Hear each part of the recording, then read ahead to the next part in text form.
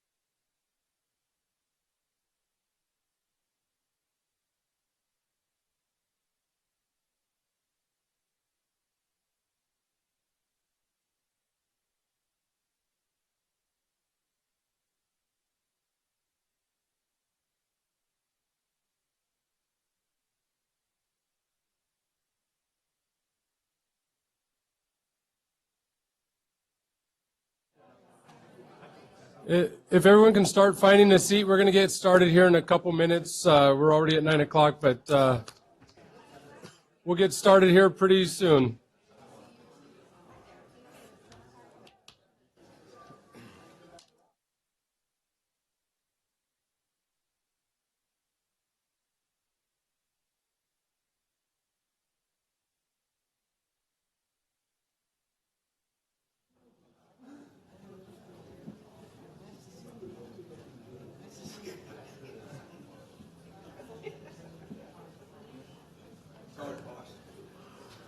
I think still have to say hi.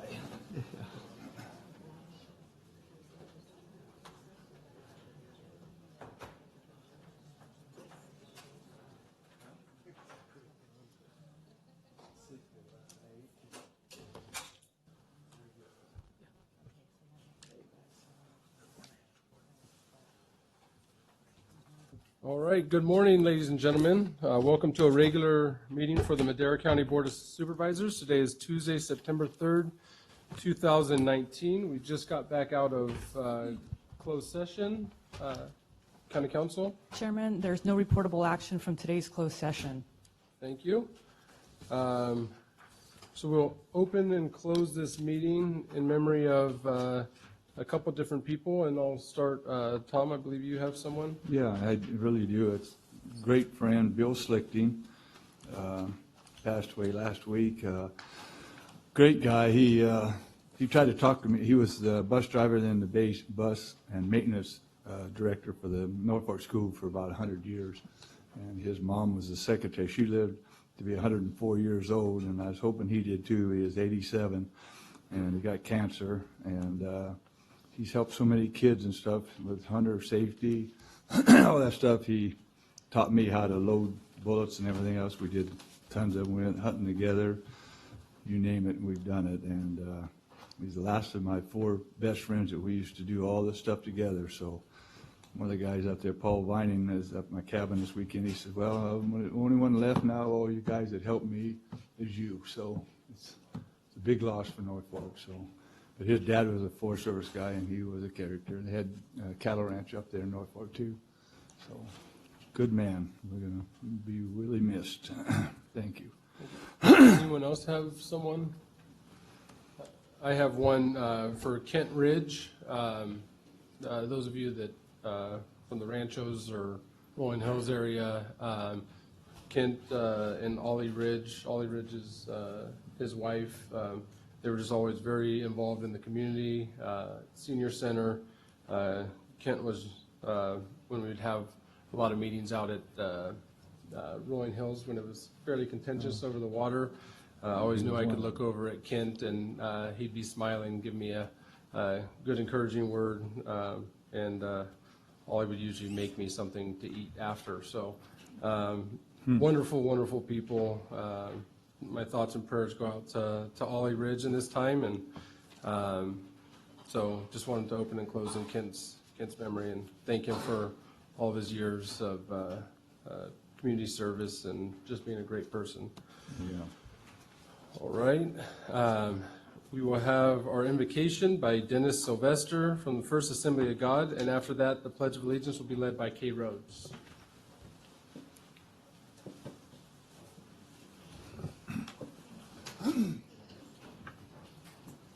Thank you, Mr. Chairman. Good morning, everyone. Let's pray. Our Father in heaven, before we ask anything else of you, we want to put you in the middle of things, because things work out better when we put you first. We pray your blessing upon the meeting and the business, upon the people, upon the items and all that needs to be taken care of. We pray for the welfare, the good welfare of the citizens of our community, and we pray, as always, blessing upon those who lead. And we look to you for your direction and guidance, and we're grateful for all that you have given to us. We are people full of riches and bounty, and we thank you for it. Amen. Please join me in saluting our flag. I pledge allegiance to the flag of the United States of America and to the republic for which it stands, one nation, under God, indivisible, with liberty and justice for all.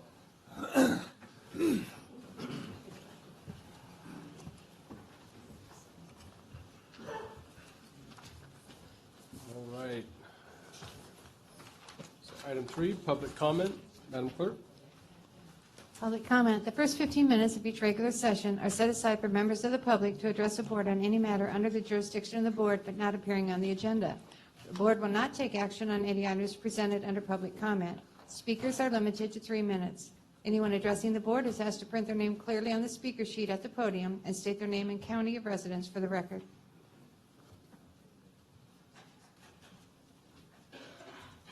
Good morning. My name is Velvet Rhodes. I reside at 15763 Betters Road in Madera County. And I'm also here because I'm the president of the nonprofit Friends of the Madera Animal Shelter. The reason I'm here is because I can't seem to get a hold of anybody through email or over the phone, with the exception of Brett Frazier. Thanks, Brett. Last week, on Monday, I sent an email directed mainly at Mr. Eric Fleming, but also I CC'd the Board of Supervisors. The reason for my email was that I wanted to be proactive as part of our executive board. And by the way, our executive board consists of myself as president, Mr. Bob LaBrougerie as our vice president, Carrie Tuttle as our secretary, and Kay Rhodes as our treasurer. They asked me to contact you to see if we could get together and have a meeting due to recent rumors. This is a small town and we hear a lot of them, but of a recent renegade past board member / volunteer from the mountains and a couple of other volunteers. And so what I wanted to do is I wanted to give our point of view, since we have been in partnership with the county for 17 years, since 2002.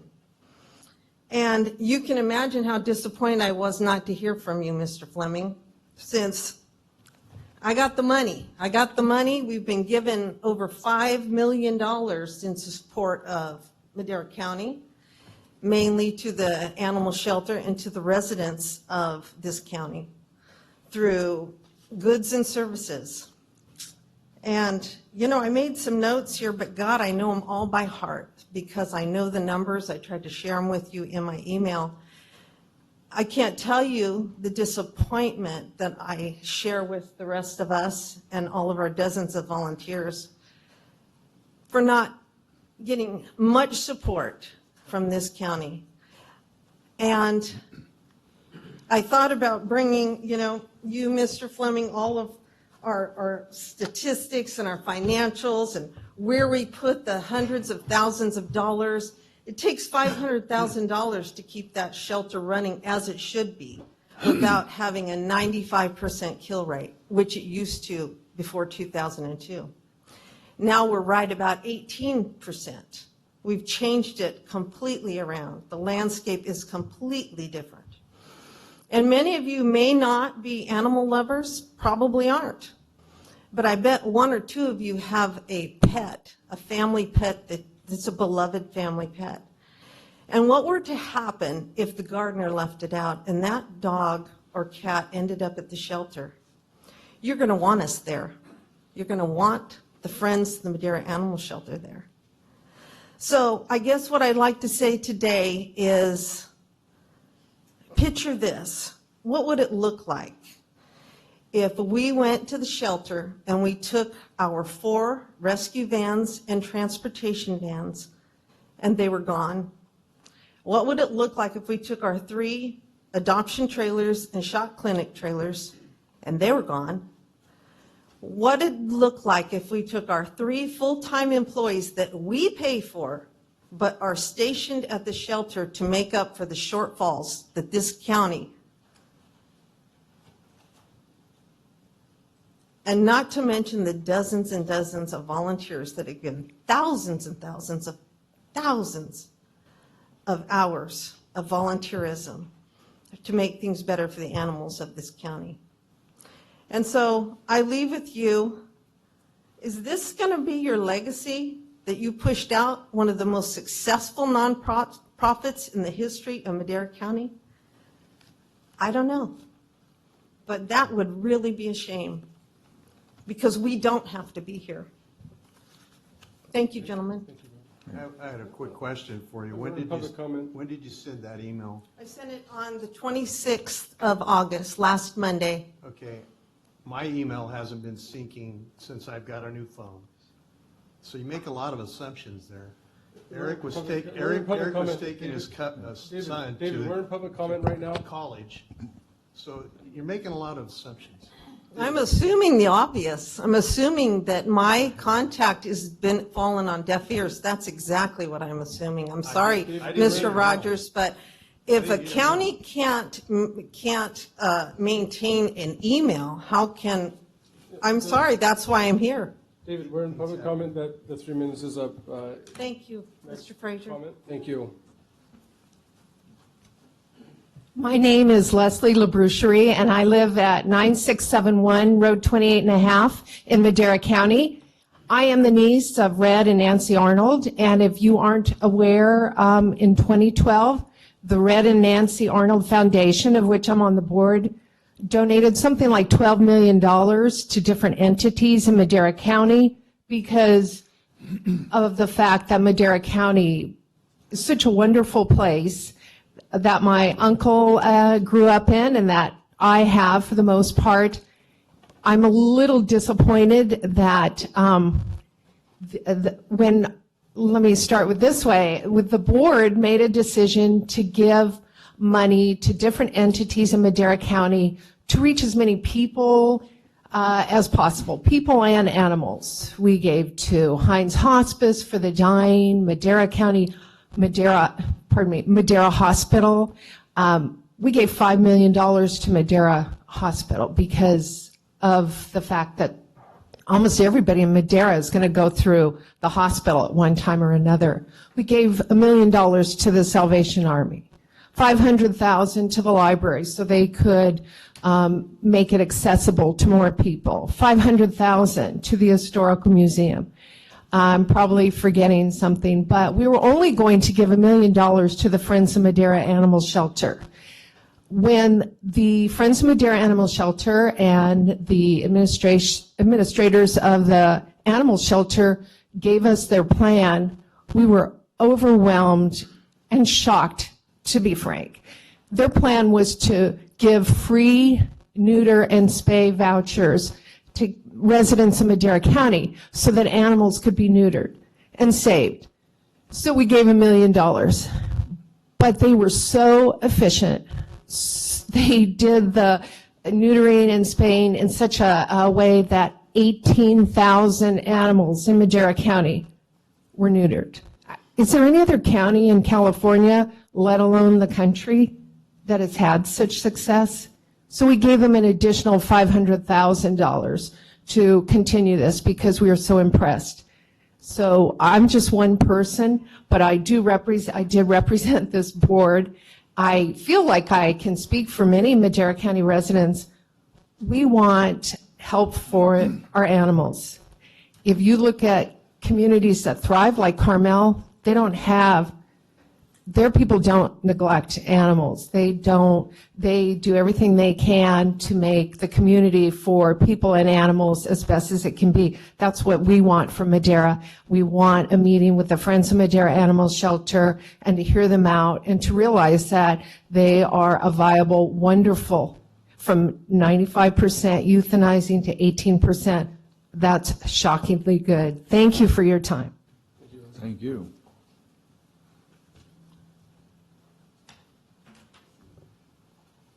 Morning, supervisors. The fire department is going to be selling some breast cancer awareness shirts, as October is the National Breast Cancer Awareness Month. It's an annual event that increases awareness of disease and promotes the early detection of breast cancer. Madera County Fire will be selling these t-shirts in the month of September with the final order date of September 20th to help support the awareness. As cancer is the #1 killer of firefighters, we have t-shirts available for sale in our office. If departments would like to make larger orders, then we'll make order forms available. Our employees will also be wearing these t-shirts for the month of October in place of their uniform. And this year, all proceeds will go to the Firefighter Cancer Support Network, which is a national event. On the back, MDC Fire Cares, which is our hashtag for our Facebook, social media stuff. It says Madera County 2019 and has the CAL FIRE Madera County Fire logo on it. So we wanted each of you to have one of those, and hopefully you'll join us in the month of October in wearing this in support of the awareness. Thank you. This is an extra large. I need a medium, small. Well, I gave David this medium, so but if the sizes don't fit, just come by the office. We'll exchange them. Okay, thank you so much. Thanks. Thank you. Thank you for what you do. How much are they? Will be $20 for the shirt, and then we're going to have kid sizes. Will be $15 for the kids. Okay, thank you.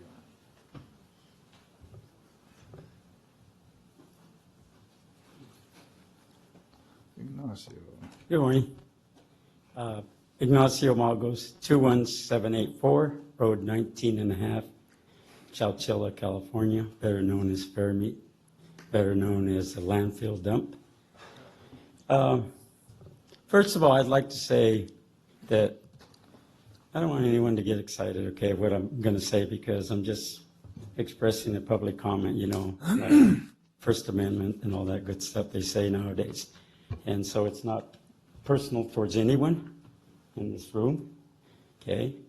10 years ago, I was given a perfect opportunity, an opportunity that made my wife cry over now because it's almost about to end.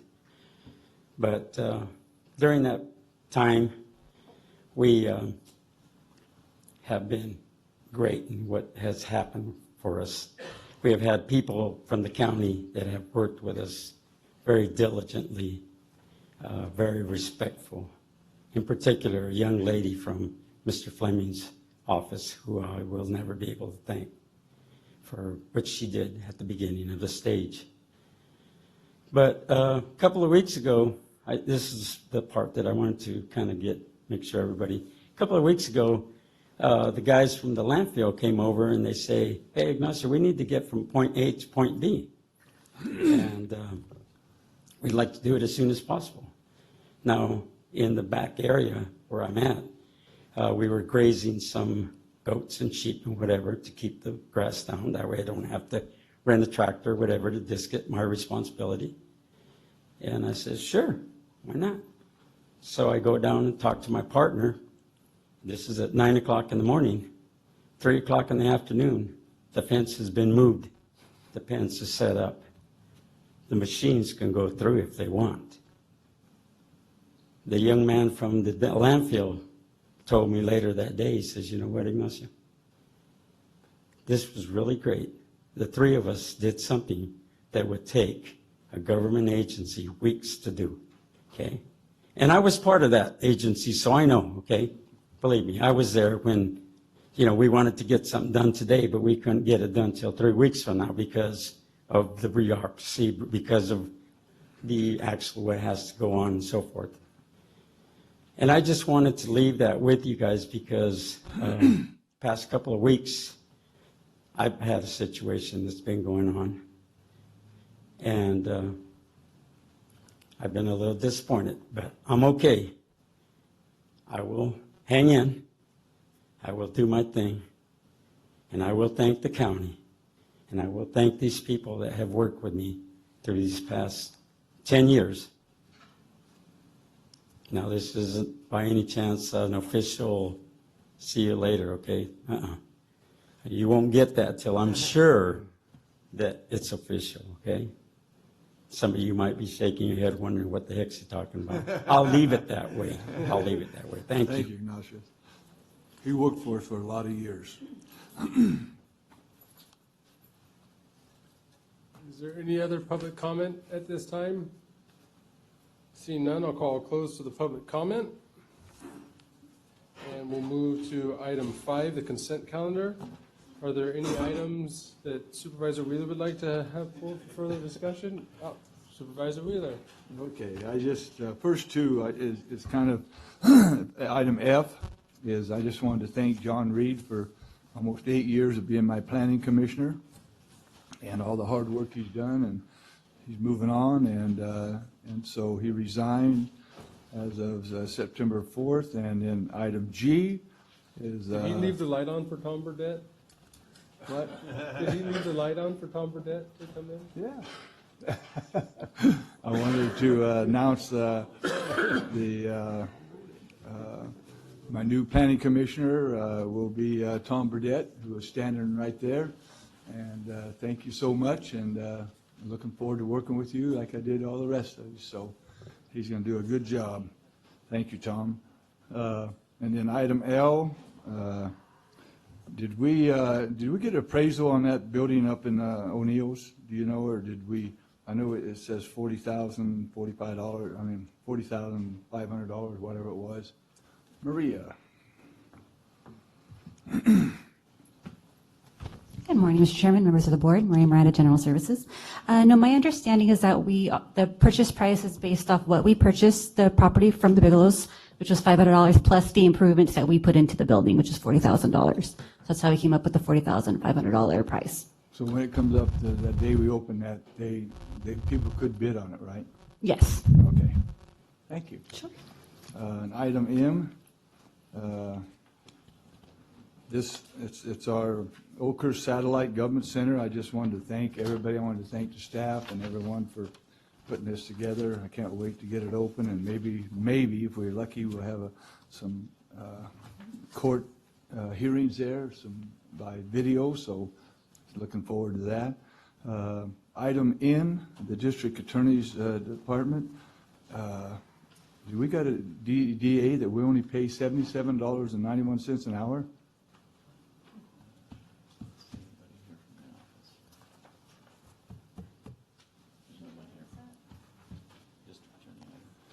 Item N. I just can't see. Maybe we do. I know it's a district Deputy District Attorney 3. Yes, Steps. Chairman, so that is the classification of employee that would be handling the City of Madera's code enforcement matters criminally, and so it wouldn't be the district attorney herself, it would be one of her staff members handling the City of Madera's code enforcement cases while they are replacing their city attorney. And so that would be Full the cost recovery? full cost It's not full cost, it's that- $77.91, it said. for the employee that would be designated to go into court and handle their cases. Right.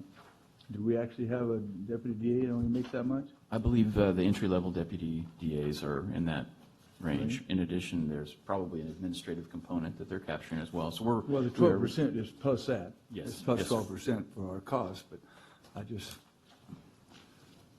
like to see that chart someday to see what it is. We can certainly get that for you. Okay, I appreciate it. Couple more, real quick.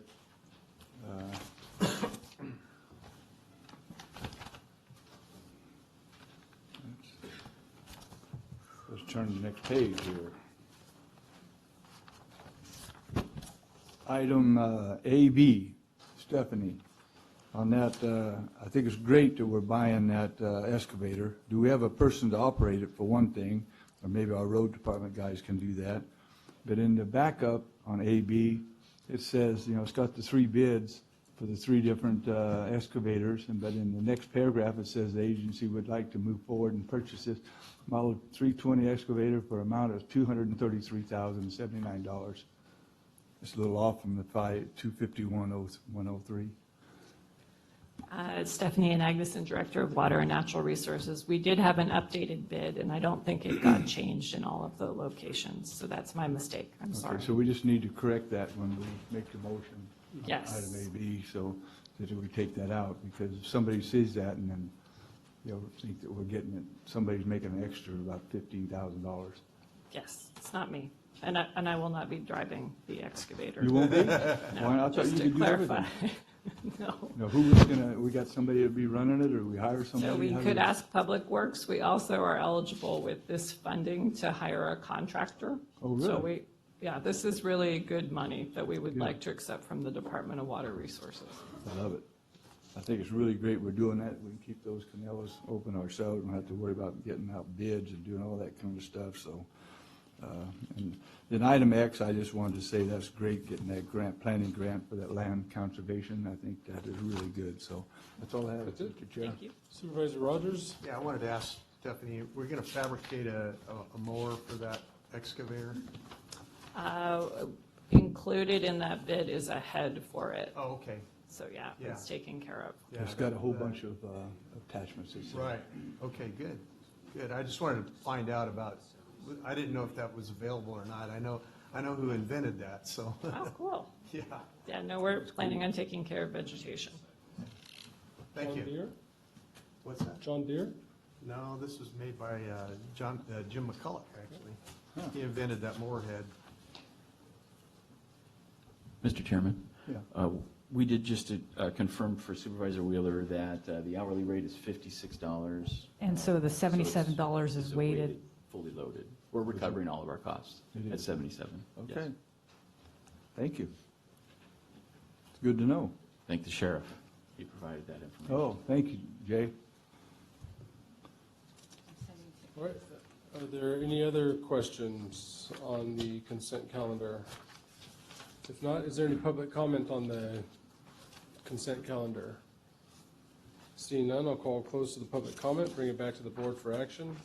We Move already to- have, Move to approve the pull, staff wanted to pull item V, like Victor, and to correct, take that one number out at 233 out of item AB. So Chairman Wheeler, the update on that number was provided after the posting of the agenda, but it has been corrected in the board letter and on the current website. Yes. Okay. do we have a second? Second. Madam Clerk? Call for the vote. Supervisor Wheeler? Yes. Supervisor Poitras? Yes. Supervisor Rodriguez? Yes. Supervisor Rogers? Yes. Supervisor Frazier? Yes. Vote passes 5-0. All right. Not quite at 10:30 yet. Oh, no, that was, all right, public session, 6A. 6A, County Administration Department, Risk Management, Legal Services Division. Discussion and consideration to authorize the purchasing agent to issue a notice of intent to award a contract for RFP number 19-0365, provision of healthcare services at the adult and juvenile correctional facilities to WellPath. Good morning, Darren McCandless with the Administrative Office. The item before your board seeks authorization to issue a notice of intent to award a contract for request for proposal 19-0365 for the provision of healthcare services at the adult and juvenile correctional facilities to WellPath. By way of a little background, the Madera County Department of Corrections operates the jail, which has an average daily population of 460 inmates. The juvenile correctional facility has a rated capacity of 70 juveniles, while the juvenile correctional camp has a rated capacity of 64 juveniles. Healthcare in the context of this RFP represents a broad range of services, including inmate medical, dental, and mental health care, program administration, and personnel management. To discuss the process a little bit, this RFP was issued on April 16th by the Administrative Office with a submittal date of May 16th, 2019. On April 24th, a mandatory pre-proposal conference and walkthrough of the facilities was held. The deadline for interested bidders to submit questions to the county was May 1st, and we received a significant number of questions. On May 17th, the Administrative Office issued an addendum to the RFP, which provided answers to all questions received and extended the submittal date for proposals to June 14th. We later, on May 28th, issued an additional addendum to the RFP, extending the submittal date to June 28th. And so on that date, we received 3 responsive proposals, one from WellPath, which is formerly CFMG, they're the incumbent provider, NAFCare, and Madera Community Hospital. In accordance with the RFP, a selection committee was assembled and the review process began. On August 1st, the committee heard presentations from all 3 bidders. Following the presentations and review of the proposals, the committee met for deliberations and discussion, scored the proposals using a scoring matrix reflecting the selection criteria set forth in the RFP, and the cumulative scores are included in your backup.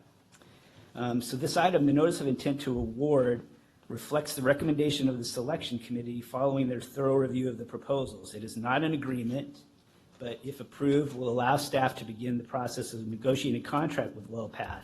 In addition, the issuance of this notice of intent begins the period of time for any non-successful bidder to file a bid protest in accordance with addendum 1 of the RFP. And with that, I'm available to answer any questions. Does anyone have any questions? Supervisor Poitras? Thank you, Mr. Chairman. Thank you, Darren. What I'd like to do, first of all, is just to preface my remarks with full disclosure that I serve on the board of Madera Community Hospital in addition to my role here on the Board of Supervisors. In fact, I'm on the executive committee on the hospital board, and I've served on the board for at least a dozen years, and prior to that, many years on the foundation. So wanted to throw that out there, and because of that, I don't necessarily want to conflict out because regardless of what happens, I don't benefit financially unless you call lunches at the board meeting financial compensation, but they're very good, by the way. But I do want to just ask a question, and again, I don't want to wear one hat and another hat, but this is again more in terms of engaging and creating, at least allowing a forum for a discussion. And I think the only question I have, looking at the scoring, it was 33 WellPath, and the other company was like 28, and the hospital was at 17. It looks like the hospital had, very severe deficiencies in terms of the scoring, and I was interested in knowing specifically some of the areas that the hospital was, say, deficient in, or if you want to look at it more in the ways that WellPath was superior, you can even frame it that way. So I'm just kind of looking at that just Right. for curiosity's sake, why the hospital scored so poorly. Sure. And first, let me just talk about my role in this process. So I was not a member of the selection committee. My role as purchasing agent has been throughout this process to ensure that we run a fair, competitive process with integrity, that confidentiality is maintained. So my review of the proposals was only to confirm that they were responsive to the RFP. So I don't know how much I can get into specifics. I wasn't a member of the committee, but I can tell you that the committee did a thorough review of the proposals, participated in presentations, deliberated, did the analysis. It's a very complicated RFP, and this represents their recommendation. I don't know that necessarily captures some of the specifics that you were looking for. Not at all. No, and I can talk, and that's fine. You're doing a nice little dance up there. Yeah. Well, maybe this will help. So I'll reference part of the RFP. This is on page 10 of the RFP, and it kind of encapsulates the scoring, the priority, and the weighting of this RFP. And I'm paraphrasing somewhat. The selection committee will recommend award to the contractor who, in the committee's opinion, has submitted the proposal that best serves the overall interests of the county, that submits an acceptable cost proposal that has demonstrated the most competence, past performance, and experience. While cost will be an important factor, it will not necessarily be the most important. Now, I suspect that does little to satisfy your request for specifics, but I guess really what I'm trying to say is that this selection committee was totally invested in the process, did the analysis, and this entire process was conducted with the utmost integrity. So I can't really get into the specifics of any individual member, what their thoughts or impressions are. It's reflected in the scoring. Counsel, was my question fair? Because it seems like I'm asking for specifics, and there's like 5 different areas that have, different percentages and so forth, and I am not getting anywhere. Yes, Chairman, members of the board. So I think part of why Mr. McCandless is being a bit careful is because it's still an ongoing competitive process. The process isn't complete, and so when the negotiations and the process are complete, there'll be the availability of the proposals for anyone in the public to scrutinize them and weigh that against what the committee felt was the scoring. And so some of the details, I think we can answer it, and the concern is that there will, if the board moves to issue this notice, there will be an opportunity for any of those that provided proposals to provide the service to issue a protest. They have several days, 5 days to issue a protest. And the reasons for the protest, there's 2.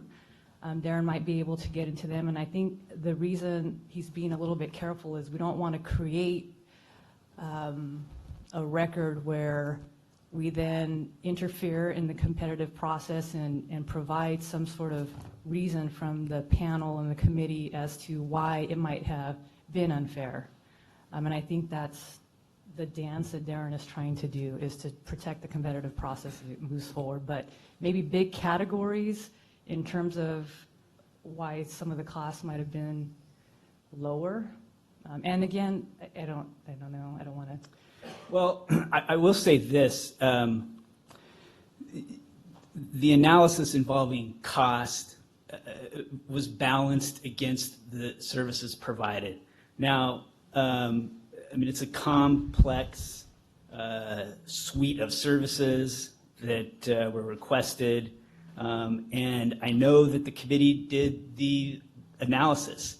Like I said, I did not score the proposals, and I intentionally stay out of the scoring of the proposals. My role is to ensure that this process this competitive process is conducted fairly.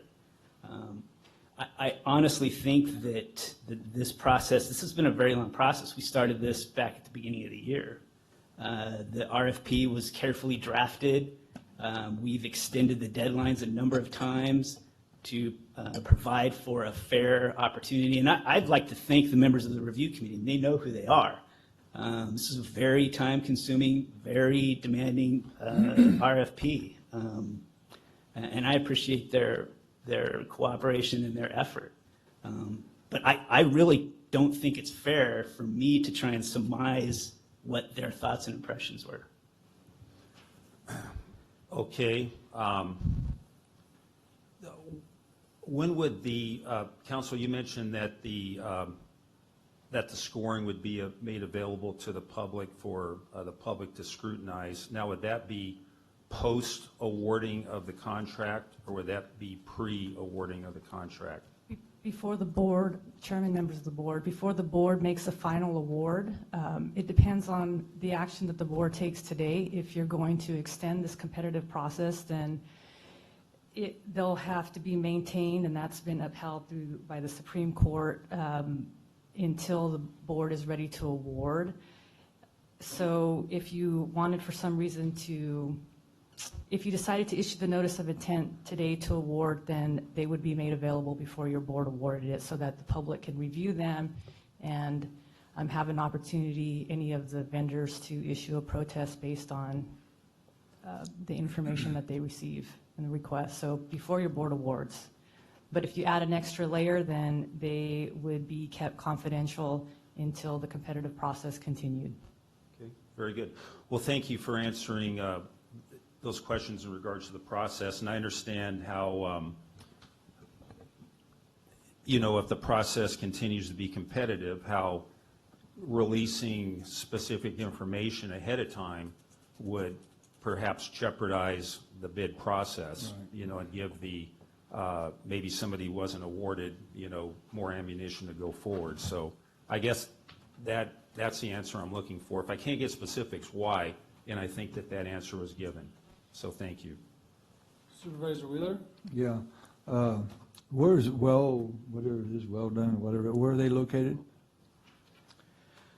I'm not exactly sure where they're headquartered. Path?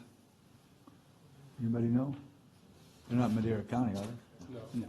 Yeah. One of their, Mike McDonald's, DOC Madera, one of their headquarters is in San Diego, and their main office is Midwest. But they do have a California office, and that's located in San Diego. Okay. And what Supervisor Rob was talking about, those different numbers, and you did too, Darren, is 30% for sufficiency and personnel administration, et cetera. Staffing plan, 10%. Cost proposals, 30%. Relevant correctional facility experience, 15%. Qualifications of experience of key staff, 15%. And then the completeness of response and financial stability, this is just a pass and fail. That's on that contract deal you were telling me, but on the backup letter, Madera Hospital, get it here, open it up here, wrong one. Give me a second.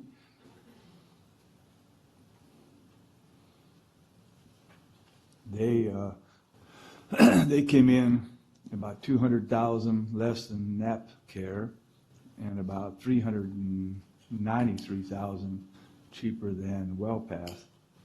And if the cost is 30% of the final score, and they only scored 17, they must have just, the only thing they won was the cost, the way it looked like to me on that. I wished I knew what those other things were, but I guess we can't see that no more than the public can until they get this done. I hate giving business to out-of-county people. I've said that from day one. I even tried when I first got on the board, Stillman Petty sitting out there, I tried to get them to do an ordinance that we could give all of our vendors a 10% break if they lived in Madera County, and it was against the Constitution or something, they told me, so made it suck, so it didn't make me very happy. But I'd really like to see what we could do with our own people rather than take it from the companies back Midwest and their offices down to San Diego. That's my own opinion, so. So looking at this, I share yours, but also if, Madera Community Hospital wanted to go and contract in Fresno County, Tulare County, or wherever, I wouldn't want them to be precluded from being able to get one of those contracts as well, just because there is local preference in those areas. So it's, No, I don't, it's, not that you know, at all. it's that double-edged sword. But it's hard to make a decision when we don't know exactly how it was scored or what the thought process was. We should be able to have some of that information beforehand, and is the only way to get that as it gets right before the award, or when would that be made available? Because making a decision of this kind of magnitude from the dais, just hearing that information right then, is going to be very difficult. And I'm going to end up saying something I always hated hearing, which was, we don't have enough information, bring it back to me, right? That's not what we're here to do. We're here to make decisions. But I also don't want to make split decisions that have big impact and ramifications throughout our community and for the people that are being served through these programs. So when do we get, as decision makers, made avail that information? Well, I think that, so this RFP was of course done at board direction. And as I mentioned earlier, it's been a good process.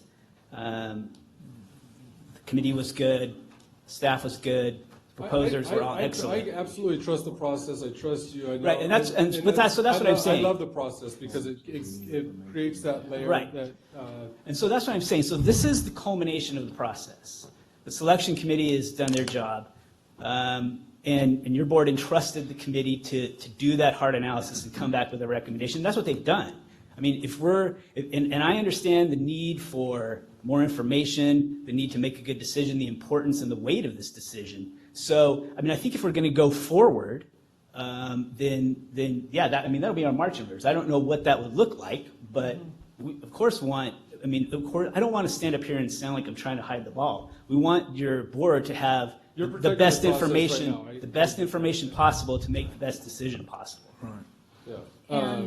And Chairman, just to add, the process includes a protest procedure, and the protest procedure includes somebody outside of the committee. In this case, it's the CAO in the procedures that's allowed an opportunity to review the entire process and make a decision, whether one way or the other. You make a decision. There's lots of options that can happen with regards to what the protest is and the decision about the protest. So there's another layer of information that's provided to the CAO to make a determination as to the details and being able to review the details.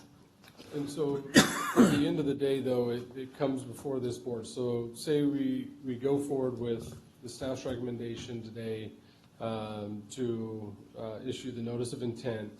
Then it goes out, it starts a 5-day protest period. And at the end of it, it still comes to our board whether or not to award that contract. We would have to make our way through the protest process, provided that there's going to be a protest.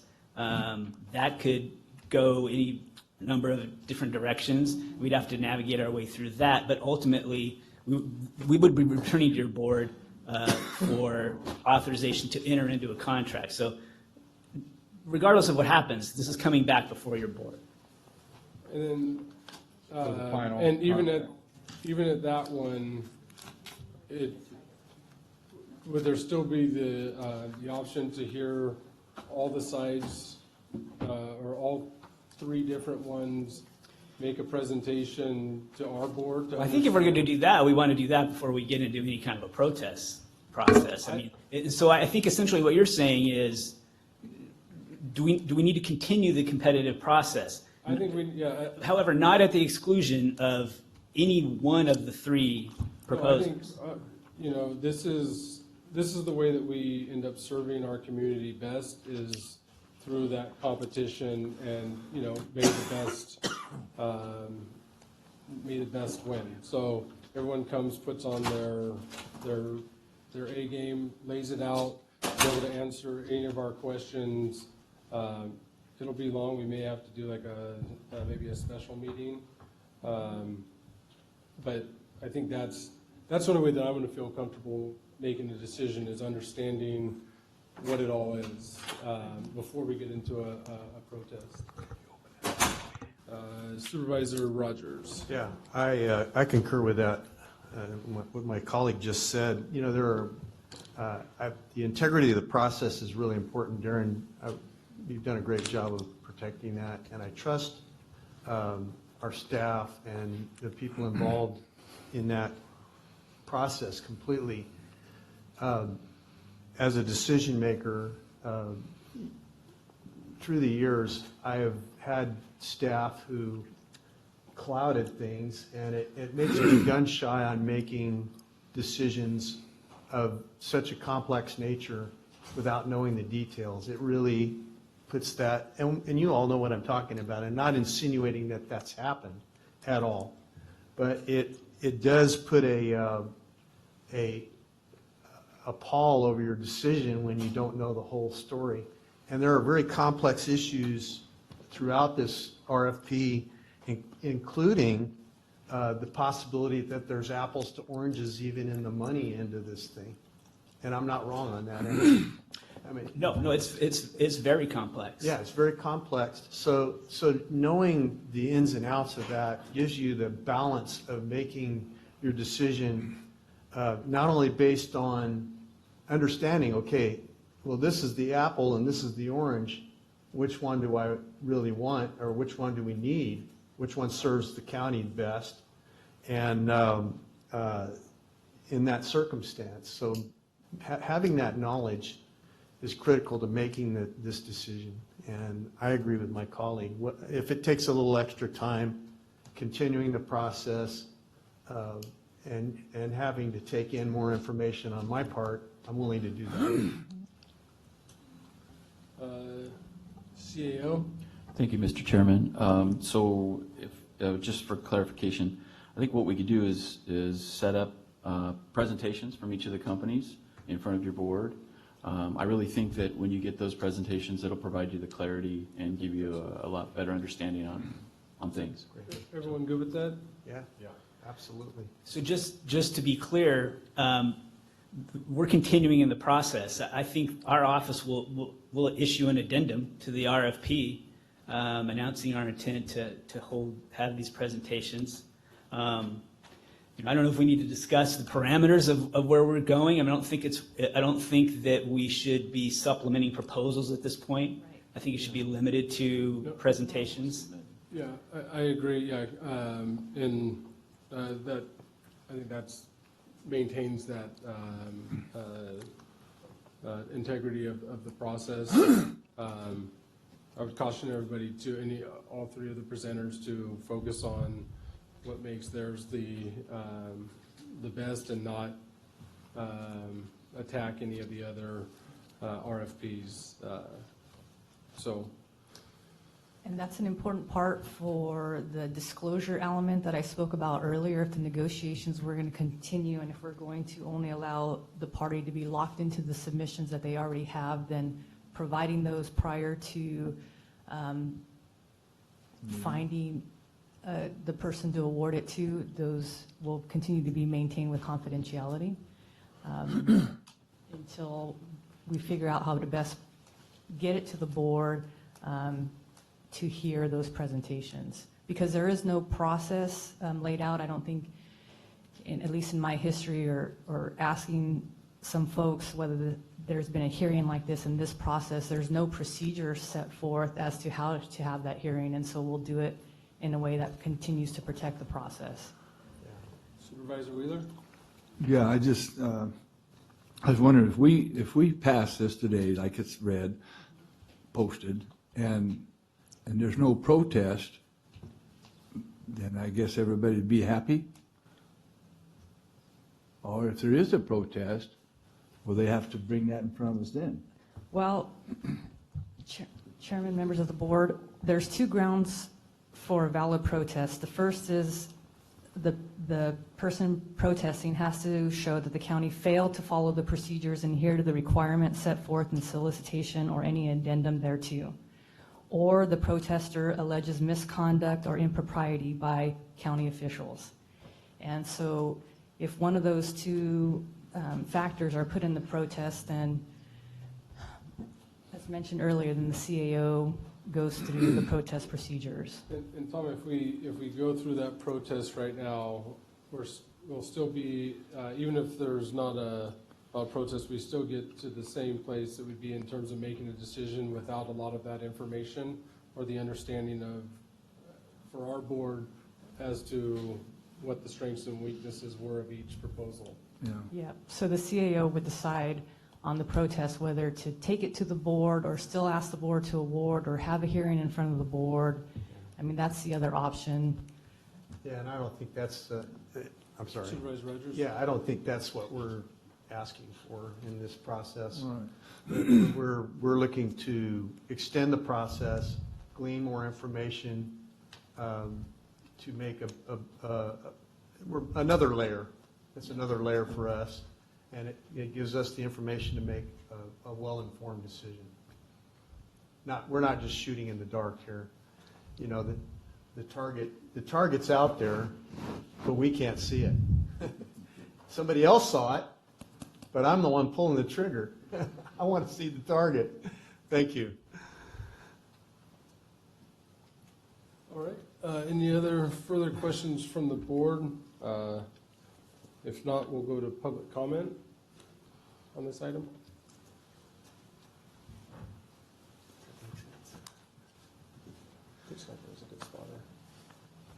Good morning. My name is Karen Polinelli, and I'm the Chief Executive Officer for Madera Community Hospital.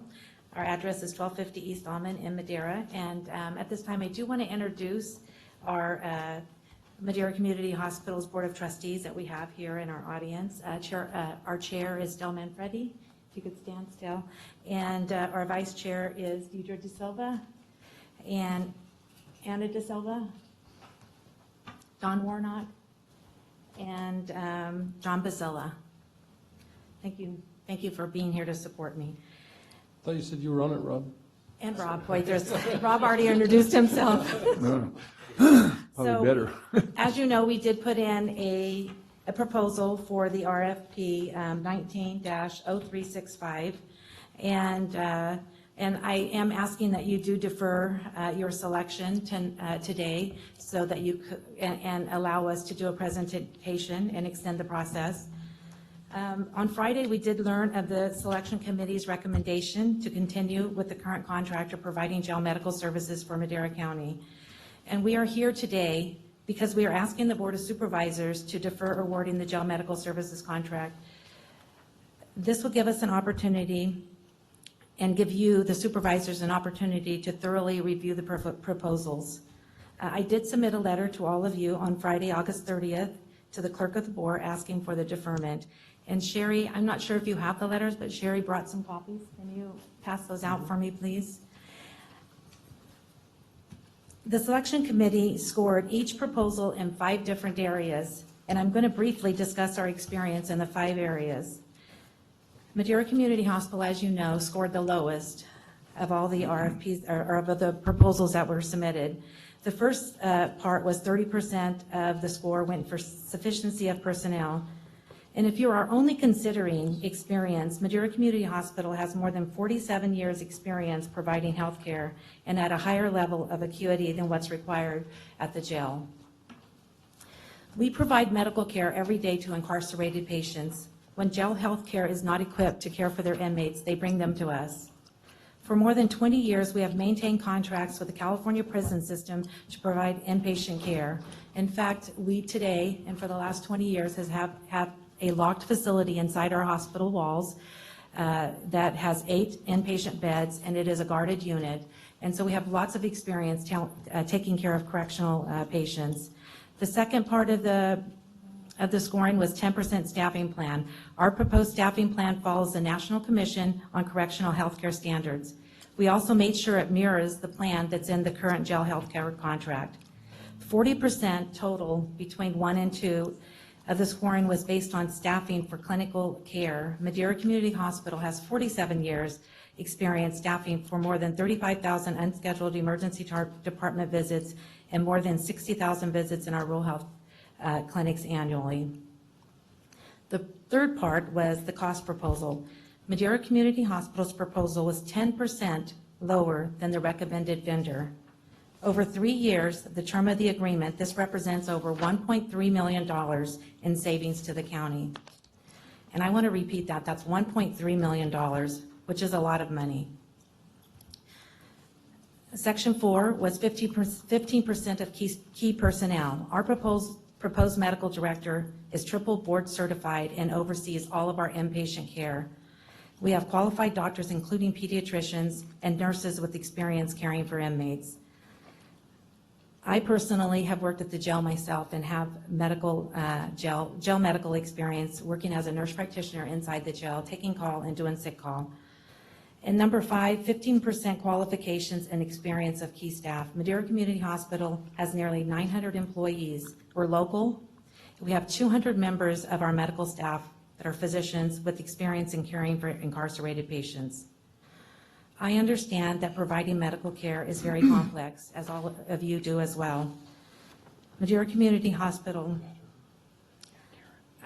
I believe that making the decision on who oversees the medical care at the jail is very important for our county and for our hospital. Madeira Community Hospital is committed to providing quality health care to Madeira County for jail health services, and we would be following the National Commission on Correctional Health Care and accreditation standards. In closing, the selection committee process did not include anyone with experience in providing medical care. The selection committee was comprised of individuals who have worked with the current jail healthcare services contractor. There was not one doctor, not one nurse, not one medical person on that board, on that selection committee. Madeira Community Hospital is the only respondent to RFP 19-0365 that can offer coordinated quality health care for our entire county. Madeira Community Hospital would like the Board of Supervisors to defer awarding the jail healthcare services contract in order to review all proposals in more detail. I thank you for allowing me to speak today. Thank you.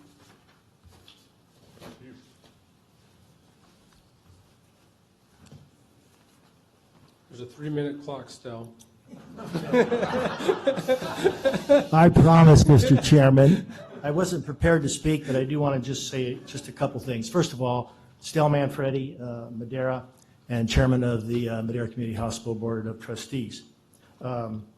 Just a few brief comments. First of all, we thank you for the opportunity, because you could have extended the contract. We thank you very much for the opportunity. That was very gracious, and we all know you want to do what's in the best interest of your county and your community. And secondly, thank you for having the process today and everything. We very much are very interested. Now, to the point. Karen, our CEO, covered the very aspects of the points, but I do agree with what the chair and Mr. Poitras and other you may be thinking, Mr. Rogers, Mr. Reelers, and Mr. Rodriguez hasn't said, but let's assume he feels, is that you continue this to some extent, and for more information and presentations, and don't adopt the notice of intent to award. And let me tell you why. My reasoning, and your worthy county council has laid out the 2 reasons that a valid protest would be appropriate. One, if something went astray or if there was something wrong in the process. I don't know if there was anything wrong in the process, but if you adopt the intent the notice of intent to award, you're kind of saying to yourself and the public, this is what we're going to do, and if anybody doesn't like it, protest. And I don't mean if anybody doesn't like it. It puts us and anybody else that has an interest in the process as to say, well, we may not, maybe it went all okay. But I think you owe it to yourself and the public and your community, as I think most of you have already said. One, if it's at all possible, we should try to concern the people we have in this community. Secondly, I know, your CAO knows, and I know you know, $1.3 million is a nice little sum in Madera County, and I'm sure you can find places for that if you have that saving.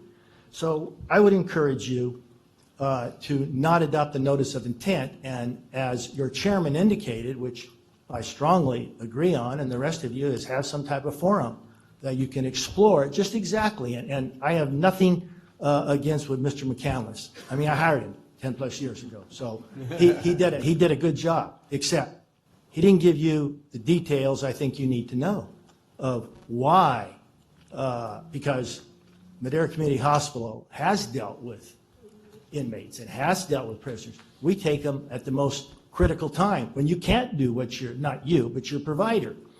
And so the last thing is that when, and I've talked to your Worthy County Council of this already, we would like to have you instruct your county council when the legal time is that we can receive on a Public Records Act, that we get a copy. And if that's not until at a certain period, we understand that. But there's kind of a catch-22.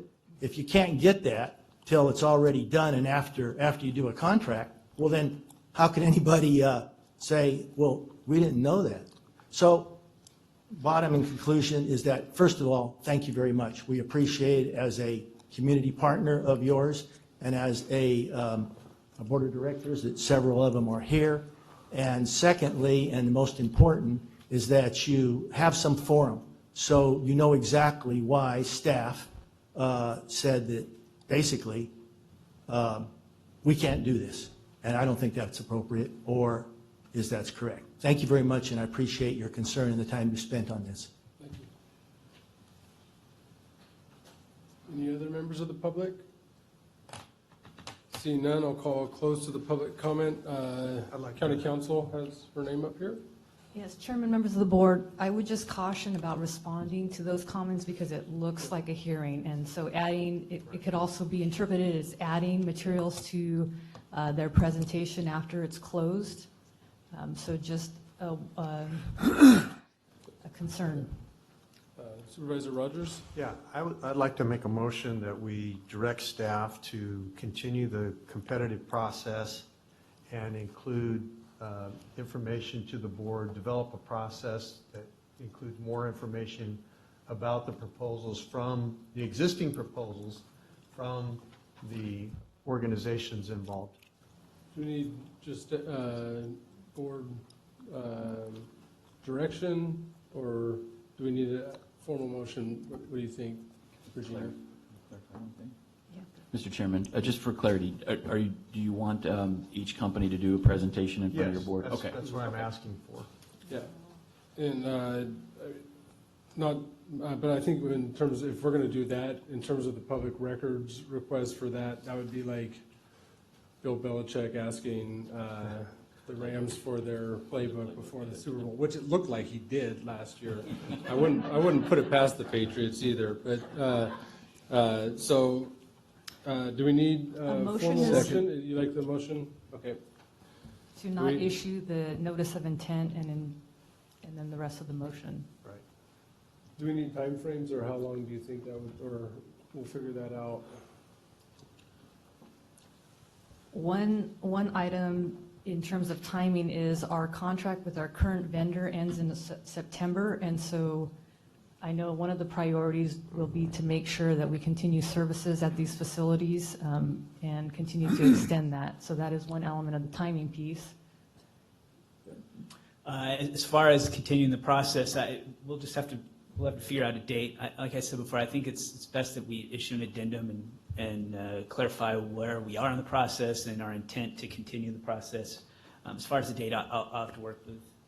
And Darren, I wanted to thank you for protecting the process. I know that can't be Good easy job. to stand up at the right here when you have one of your bosses saying, "Tell me something," and you have to act like. Well, I told Regina the other day that I thought I might do a bit of river dancing. But that just. I give you a 7. That's pretty generous. Can we get an extension on the current contractor if we go over the September date?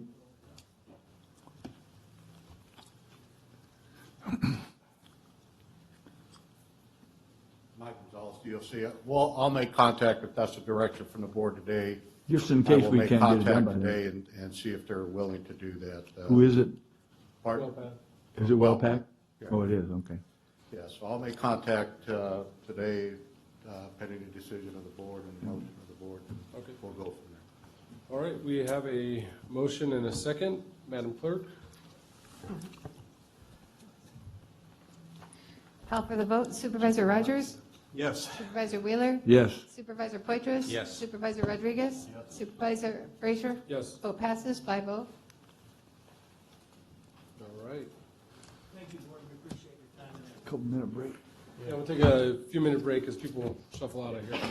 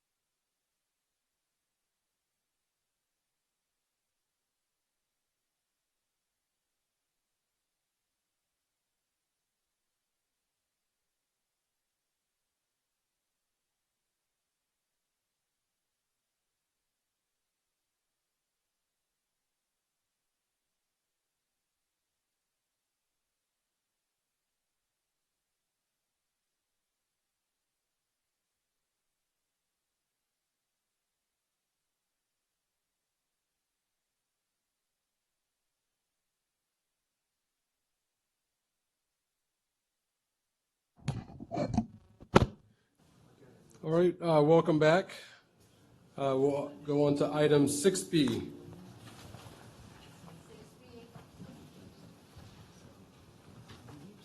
Six B, Board of Directors Groundwater Sustainability Agency for the Madera, Chowchilla, and Delta Mendota Subbasins Water and Natural Resources Department. Discussion and update on progress with groundwater sustainability plans and efforts towards sustainability. Good morning, Mr. Chairman, members of the board, Stephanie and Agneson, Director of Water and Natural Resources. I'm here for your monthly update. In front of you, you should have a packet of comments that we've received on the Madera Joint GSP. So far, we have a comment from Al Salas, Eric Smith, one from Jeannie Haben, one from Bill Dietrich, Leadership Council for Justice and Accountability, the Nature Conservancy, and then 2 anonymous comments received in the mail. So I just want to make sure you know these will be carefully considered as we move ahead and finalize and get more comments on our plan. Okay, so today we're going to feature the Madera Subbasin, and I'll go through a highlights document that will sort of pull out key pieces that are buried in the plan. Not intentionally, it's just what happens when you have 2,500 pages. So I've highlighted a few things in red in each slide. In the Madera Subbasin, as you know, we have 7 GSAs preparing 4 separate groundwater sustainability plans. The total subbasin is 348,000 acres. Only 216,000 is irrigated, and within the county GSA, we have the same sort of ratio. We have 180,000 acres with 85,000 approximately irrigated. And just, I want to point out that the significant acres are these non-irrigated, which represent what's called latent demand, meaning they could become irrigated in the future and push us more into overdraft.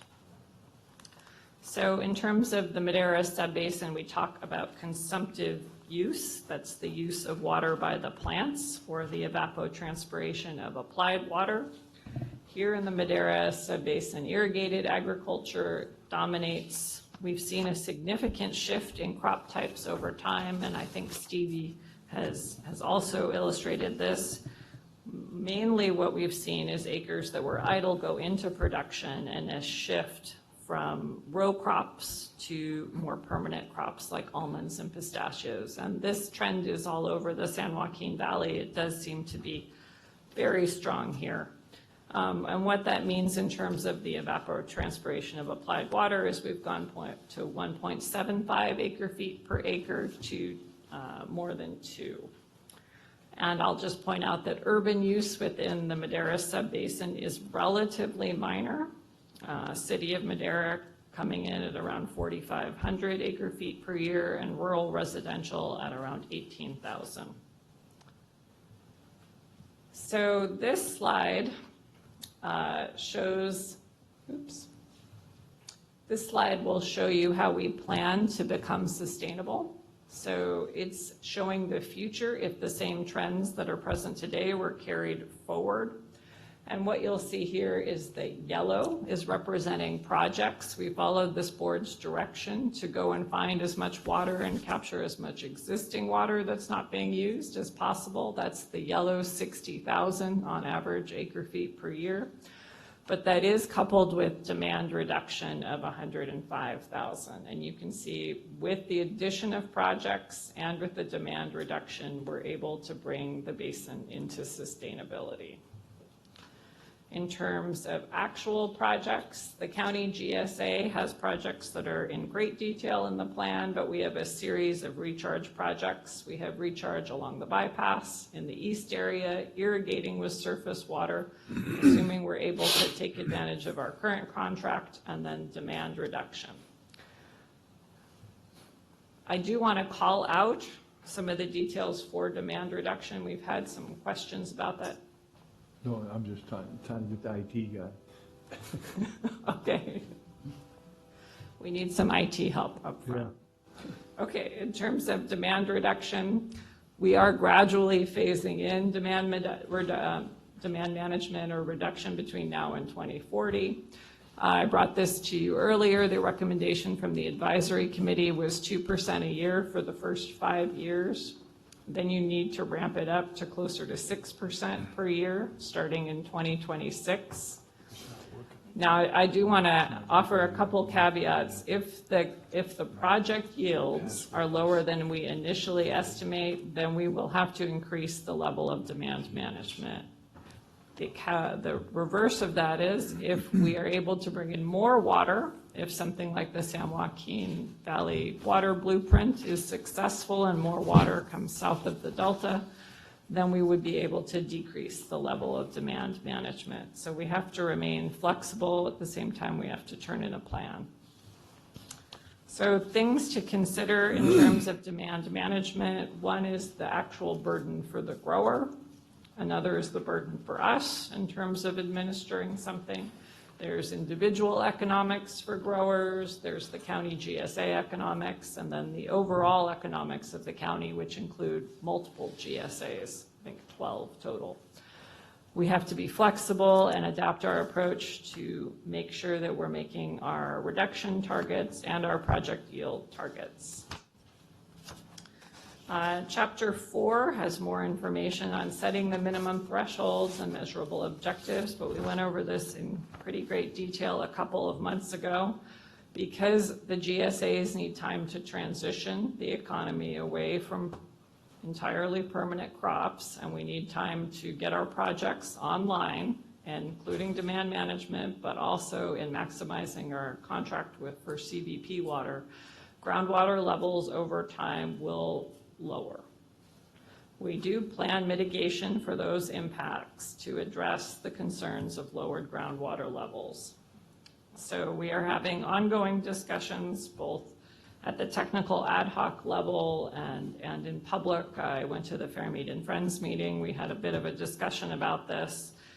In 2020 and 2021, we can develop details of this. We're not sure how money from SB 200, which will address drinking water in disadvantaged communities, we're not sure how that money is going to kind of flesh out, but we are talking with Bill Dietrich, who's on our advisory committee and on the Aqua board and on an Aqua SB 200 board as well. Possible actions we could take: replacing the well, lowering the existing well, or connecting with a community water system if that is more cost effective. We could offer loans or grants, and most likely we would require people to opt into the program. We're going to talk today in the presentation that follows about layers of costs as well, but I just wanted to make sure we were all on the same page. We did pause our discussions for the 218 for flood, but that doesn't mean the costs have gone away or the need to do flood control. So flood control is something that in the Madera Subbasin and Chowchilla Subbasin is an issue. We have lots of recharge basins being planned, which will use facilities that the Flood Control Agency is charged with maintaining. Lots of acres of recharge planned. And so we will need to address flood control one way or another. We also are going to look at a GSA fee today. This is something that only goes in front of your board. This would provide for funds to run the GSA, the county GSAs. And then there's this third group, which would be larger infrastructure costs that would also need to go through a 218 process. So there's 3 layers, as I see it, for fees. In terms of what we're currently working on, we've been given kind of 2 semi-conflicting sets of instructions from Reclamation on how to reevaluate our contract. So we're pursuing that with the help of Greg Young, our engineer. We're working with the Department of Water Resources, doing some flood MAR investigations in terms of dairies. We're also out getting quotes for both a data management system, and we're getting more informal quotes for satellite-based analysis in terms of water use. And we're also have our Water Smart grant for water markets that should start soon.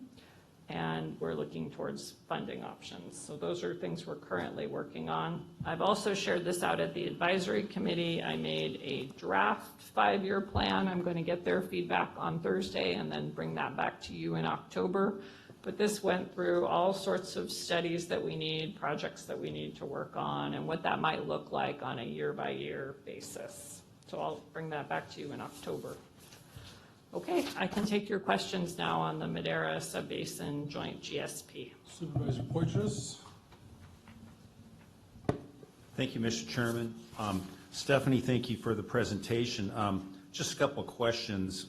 Number one, this is maybe more understanding gravity and potential leads into water trades, but there's a plan to recharge along the bypass, way out there in western Madera County, but there's a significant part of the white area, the county responsibility area, that's on the east side of 99, and so there's a pretty severe elevation difference in terms of aquifers and so forth and recharge, and so the recharge of western Madera County, how does that help the aquifer in east of 99 or east of the Amtrak? Thank you, Rob.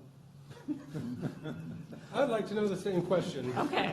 No, it's a good question. And I think that one of the things that Mike Linden and I have discussed is when we go through a 218 proceeding, I don't think you could assess the entire Madera County GSA for recharge that was over on the bypass. I think you would have to do an engineering study and assess the people who were going to benefit there.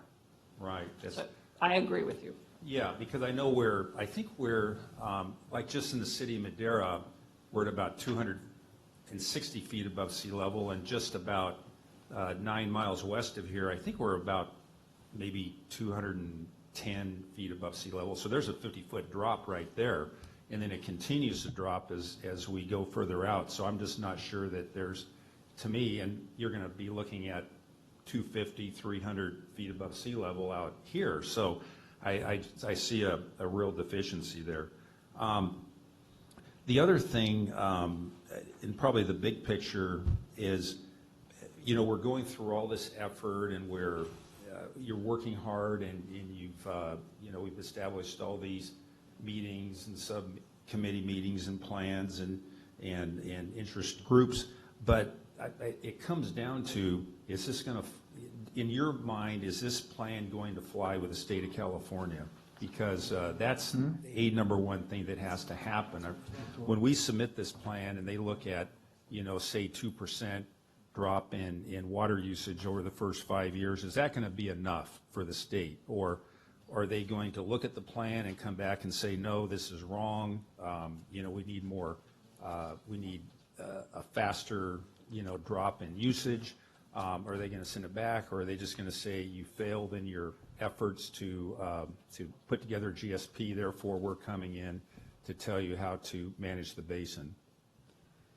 Well, I don't have a crystal ball, so setting that aside, I mean, we have sat down, me, Doug Welch, Brian Thorson from David's Engineering, and Pete Leffler from Ludorf and Scalmanini. The four of us have sat down with the group in the Fresno office from DWR and walked through the key elements of the plan, which include the glide path. So this is something that they are very aware of. Everybody who's kind of in a similar position in the San Joaquin Valley for county GSAs has a version of the glide path. So I guess really the question is, well, what should the slope of it be? So, I mean, I think we can stand up and say, we took this to the public, we had an advisory committee, we discussed this for months, we came up with what we think is economically feasible, and that's what's in the plan. The other piece of that, in terms of pushing for reduction sooner, is one of the appendices, I think 3C, has economic analysis that says, listen, if we go to sustainability tomorrow, if everybody goes there and we basically stop pumping, that's about $200 million in economic damage just in the Madera subbasin alone. And I'm not sure that captures all the ancillary businesses. It has some of them for processing, but it doesn't have everything, right? Because restaurants, donut shops, that sort of stuff is all affected by ag business. So, I mean, I think we're walking a tightrope here.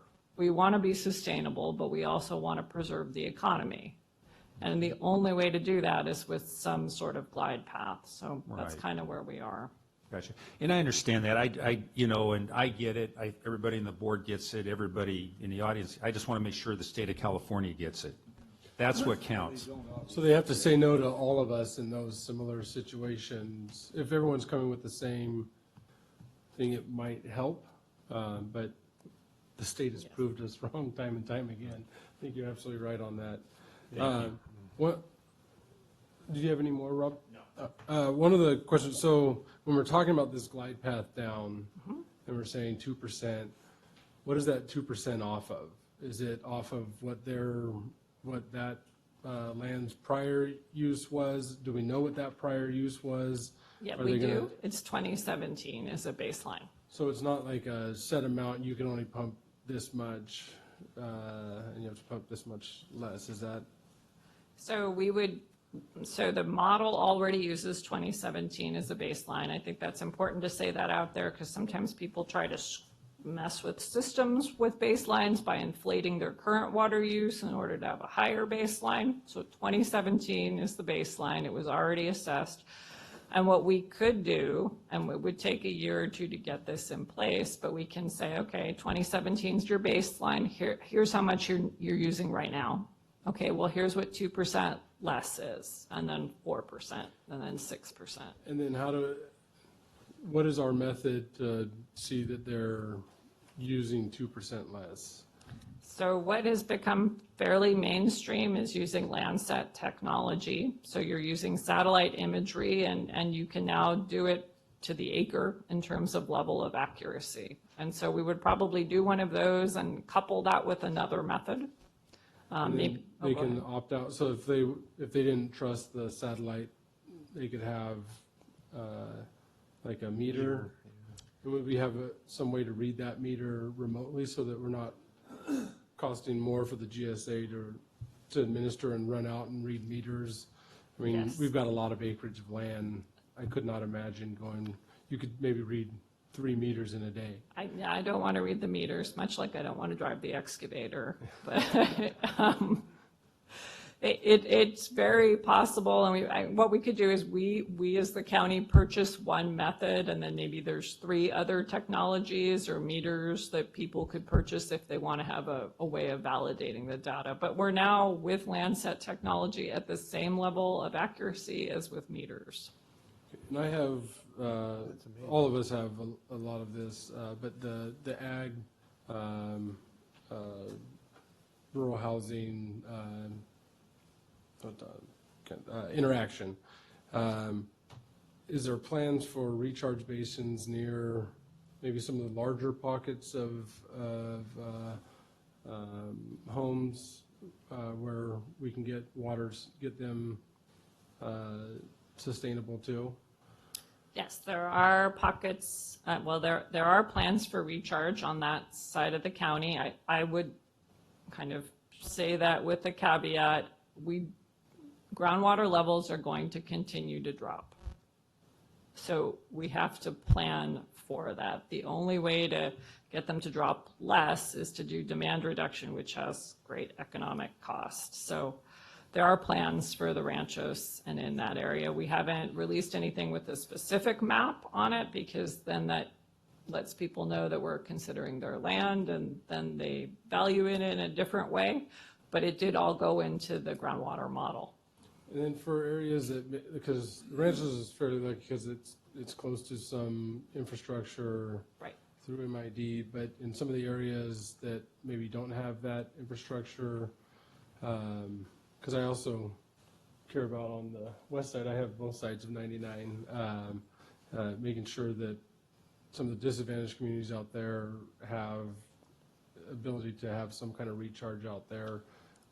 How do we So we prioritize recharge in terms of access to water. So either an MID canal that we could take water off of with appropriate environmental work and permission, or the bypass. Where if you're not close to water infrastructure, the cost to the county GSA is going to be much greater. And so those are the sorts of things we can do when we have planning funds, right? It would be great to do the studies and then prioritize where we can kind of knock off the lowest hanging fruit first.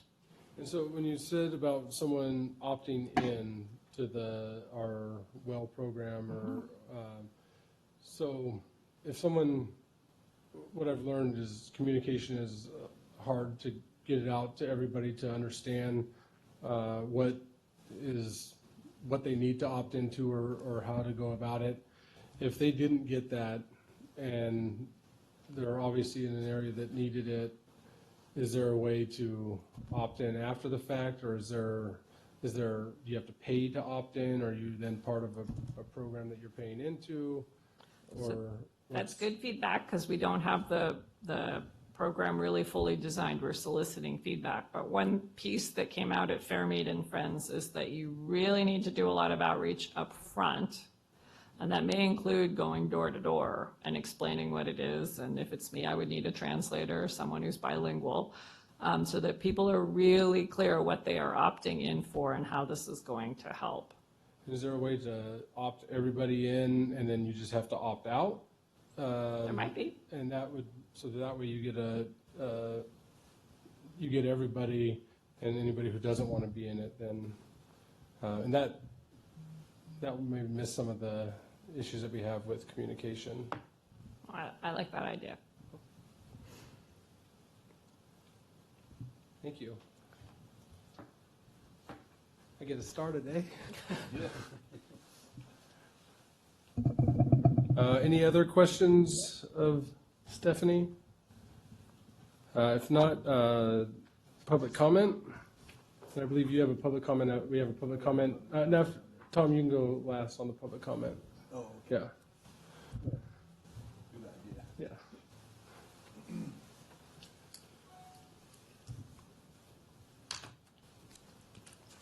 Good morning. Madeline Harris from Leadership Council here again. I'll try to speak up this time because I know that I've muttered before and it's been difficult to hear me. So just let me know if I need to speak. So that's our problem, not yours. So as Stephanie mentioned, we submitted some preliminary comments before the full GSP was released. So we're working on submitting some comments on the full GSP draft that we'll submit later. So I guess for that purpose, I'll keep my questions and comments more brief today since we'll submit them in full later.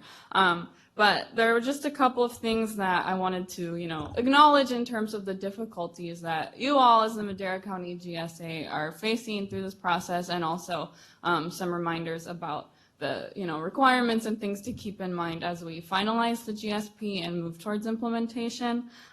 So I guess on the outset, I would just acknowledge, based on Stephanie's presentation, I know that you're in a difficult position because of the wide areas. It looks like almost up to 50% of them are currently being irrigated. So, that is a difficulty that you face, and I do acknowledge that.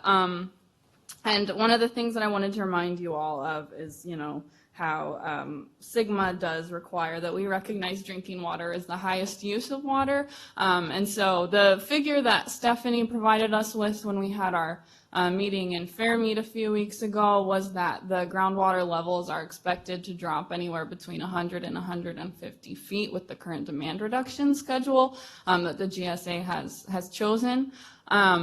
And so, I really appreciated Supervisor Poitras's question about, is this enough for the state? But I also would pose the question, is this enough for the most vulnerable constituents in terms of prioritizing drinking water access? And, one thing that we are going to keep in mind as we review the GSP and continue to work with communities is, trying to make sure that there aren't any disparate impacts to protected classes as a result of this, whether that be, low-income people or people of color in the rural communities that we work with. But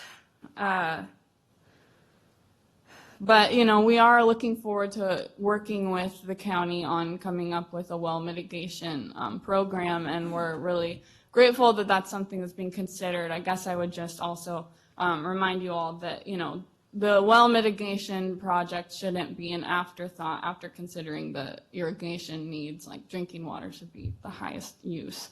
So I guess that's my initial feedback. But again, really grateful to be able to collaborate with you all on this process, and do acknowledge that it is a difficult one. Thank you. Thanks.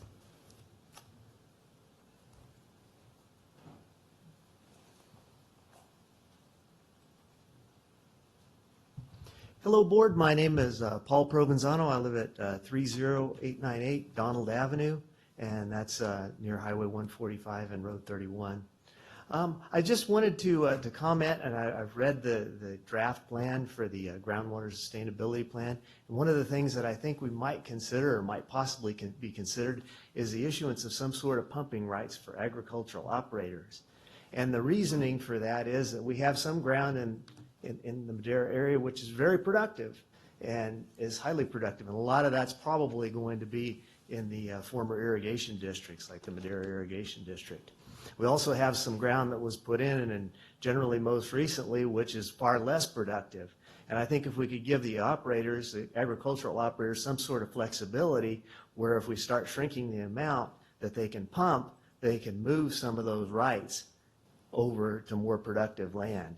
So what I'd like to see as far as the county goes is to have the productive land stay in production and have the less productive land be taken out. Thank you very much. Thank you.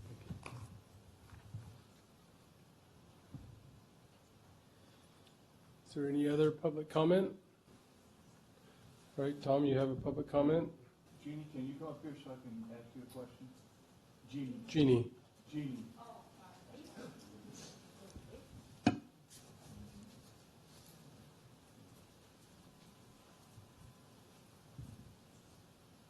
Public comment.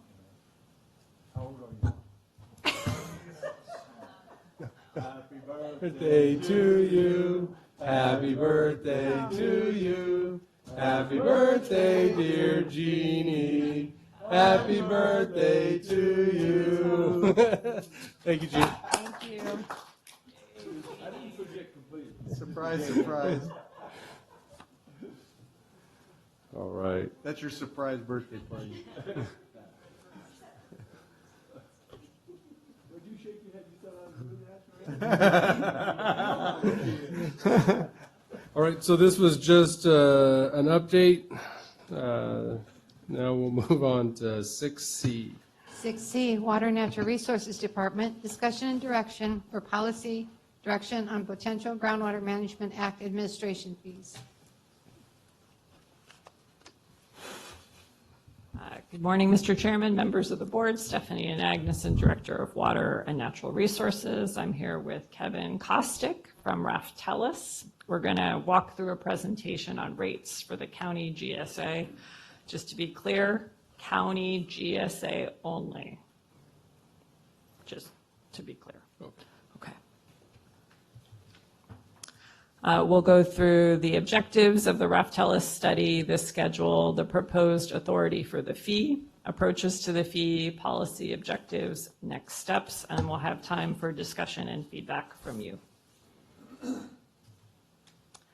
So the study objectives are to develop a budget for the GSAs, and Raftellus specializes in water rates and water agencies, so they're helping us with a budget.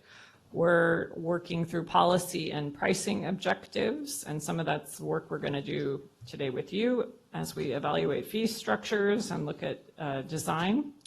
And then we're going to do a report. Raftellus will do a report that we'll be able to use with the submittal of the GSP, and it becomes part of the administrative record. So our timeline is extremely tight. We are able to do what we're doing before the GSP is adopted. I hope to bring those GSPs to you December, I think it's the 17th. So we need to finish all of that before then. We started work in in June. We've been collecting data all summer. This is the Policy Objectives Board meeting. Preliminary fees will come back to you at the beginning of October, and then we hope to bring you a proposed fee for adoption in November. So very tight timeline. Okay, Kevin is going to walk through the funding options available to us. Good morning, Mr. Chairman and board members. I think it's still morning. I'm glad that Stephanie was able to give her Madera update because it's a nice contextual basis for what we're going to talk about today. And what I want to start with is kind of a primer on the legal authorities that are options to us for funding a GSA fee. And again, we're going to be talking about two separate fees in the long term. Today we're talking about an administrative or regulatory type fee for the operations of the GSA, and then long term we're looking at projects, infrastructure, solutions for those impacts, and that'll be a separate fee authority. So we have three primary options in the broadest sense. Fees, we think of Prop 218, think of water and sewer rates for utilities, and then we have Prop 26 exempt fees on the next slide. Assessments, we have to identify what a special benefit to each parcel would be, and so that is its own authority where you have to identify the special benefit, you have to document it in a nexus study, you put it to a vote to those that would be assessed. And then we have taxes, which obviously require approval from your electorate, so you would hold an election or you would have it on the ballot with a general election, some form of special tax to fund the GSA. And what we're recommending is to go with a Prop 26 exempt fee. In our eyes, defensible with SGMA and the water code. It's the least costly option for the county GSA. It's the least time consuming. We can actually get this done in the tight timeline that we have, and it's overall most efficient. And what it also doesn't require is periodic readoption. So if we were to go to the route of a Prop 218 fee, there's basically a sunset provision where you can only adopt for so many years, and then you would have to readopt fees. So with this, it's more of a set it and forget it type adoption. So Prop 26, well, we're all familiar with Prop 13 from the mid to late 70s and impact on property taxes. Next in the 90s, 96, we got Prop 218, which was enacted in part to ensure that cities weren't using their utility funds as piggy banks. And then in 2010, 2011, we got Prop 26. And what Prop 26 did was really define what a tax is. And it's really an umbrella. It says everything is a tax except for one of these 7 exemptions. And so again, there are things on there that we know. Number 7, assessments and property-related fees, things like water rates, conditions of property development, so new connections to a utility system that a developer would pay. And so in the context of the GSA, we're looking at options 1, 2, and 3, any of those for consideration. So we have flexibility within Prop 26 for an exempt fee to fund the GSA's administration. And so we put together this graphic just to visualize our SGMA timeline. So 2014, obviously the legislation was passed. We've been in this development period since then with GSPs due in January of 2020. And then we have a 20-year horizon to implement reach sustainability in 2040. And so we've got some arrows on there kind of showing what fee authorities can come in when. And so what we're saying here is for the administration of the GSA, we can utilize a Prop 26 exempt fee from today all the way through that horizon of 2040. And then any projects, infrastructure, we're talking recharge projects, would require a Prop 218 authorization. And those, again, would be kind of a phase 2. So think phase 1, phase 2. This next slide just reiterates that prior graphic. So when we're talking about funding and developing the GSP, the plan itself, most are going under a Prop 26 exempt fee if it's not, in fact, grant funded. And the idea here is that everyone benefits, all basin users and stakeholders benefit from having the GSP in place and the goals of the GSP. The GSA operations, or say an administrative fee for the GSA, would be funded under a Prop 26 exempt fee, so things like daily operations, staff, administrative costs, planning. And again, everyone's benefiting from a sustainably managed basin. And then our solutions would be funded by a Prop 218 fee, identifying the costs of those projects as solutions within the GSP, and then we'll identify what's the nexus between the costs and the benefits to different people within the basin. So I was going to walk through some of the costs that we now have that we did not pre-Sigma, so you can understand why we're looking at this fee. One thing we're required to have is a data management system that's very sophisticated, that does all sorts of data, that will take all the GSA's data and store it in a publicly available location. We also need some sort of software, and we talked about the Landsat technology, to estimate water use on an acre basis. We also will have professional services. These are the engineering studies that we talked about to figure out where to do the recharge and how the credits could be spread or concentrated in certain areas. We have well measurements that we're going to have to take. CASGEM's going away, but we still have a robust well monitoring network. We have annual reports. We have to update the GSP every 5 years.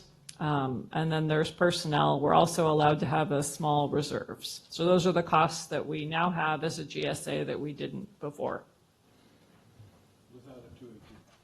Well, these are the costs we're going to have no matter what.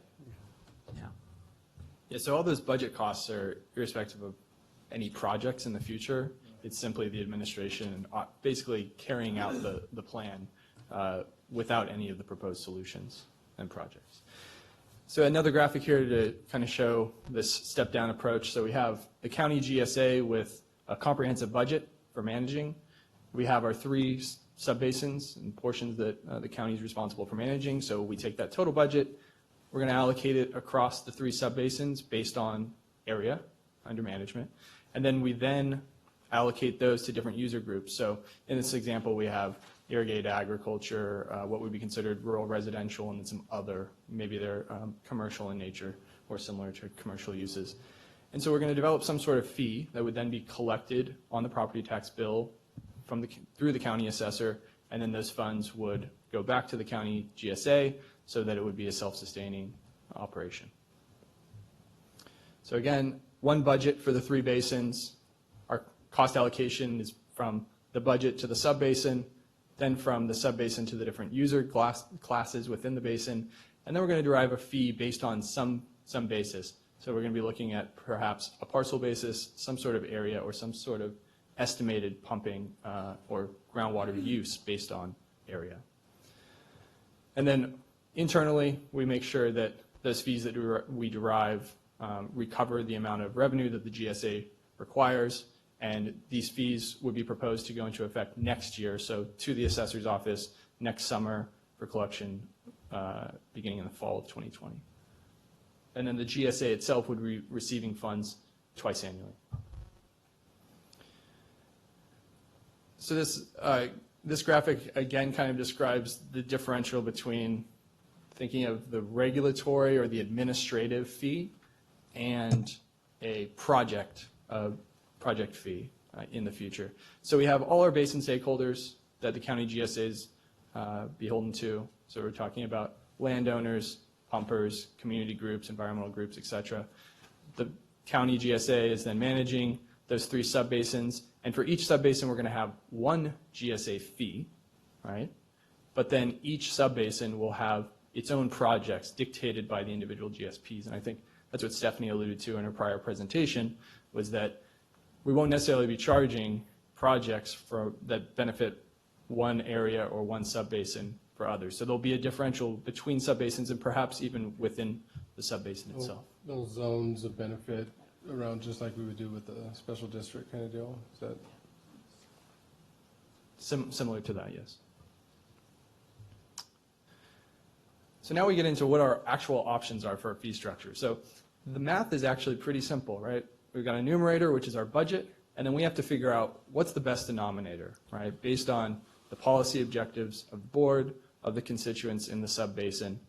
And so the 6 that we've identified, kind of in order of increasing complexity, the first would just say all parcels pay some flat fee. So it doesn't matter how much property you own within a sub-basin or within the county managed GSA, but you pay X dollars per year.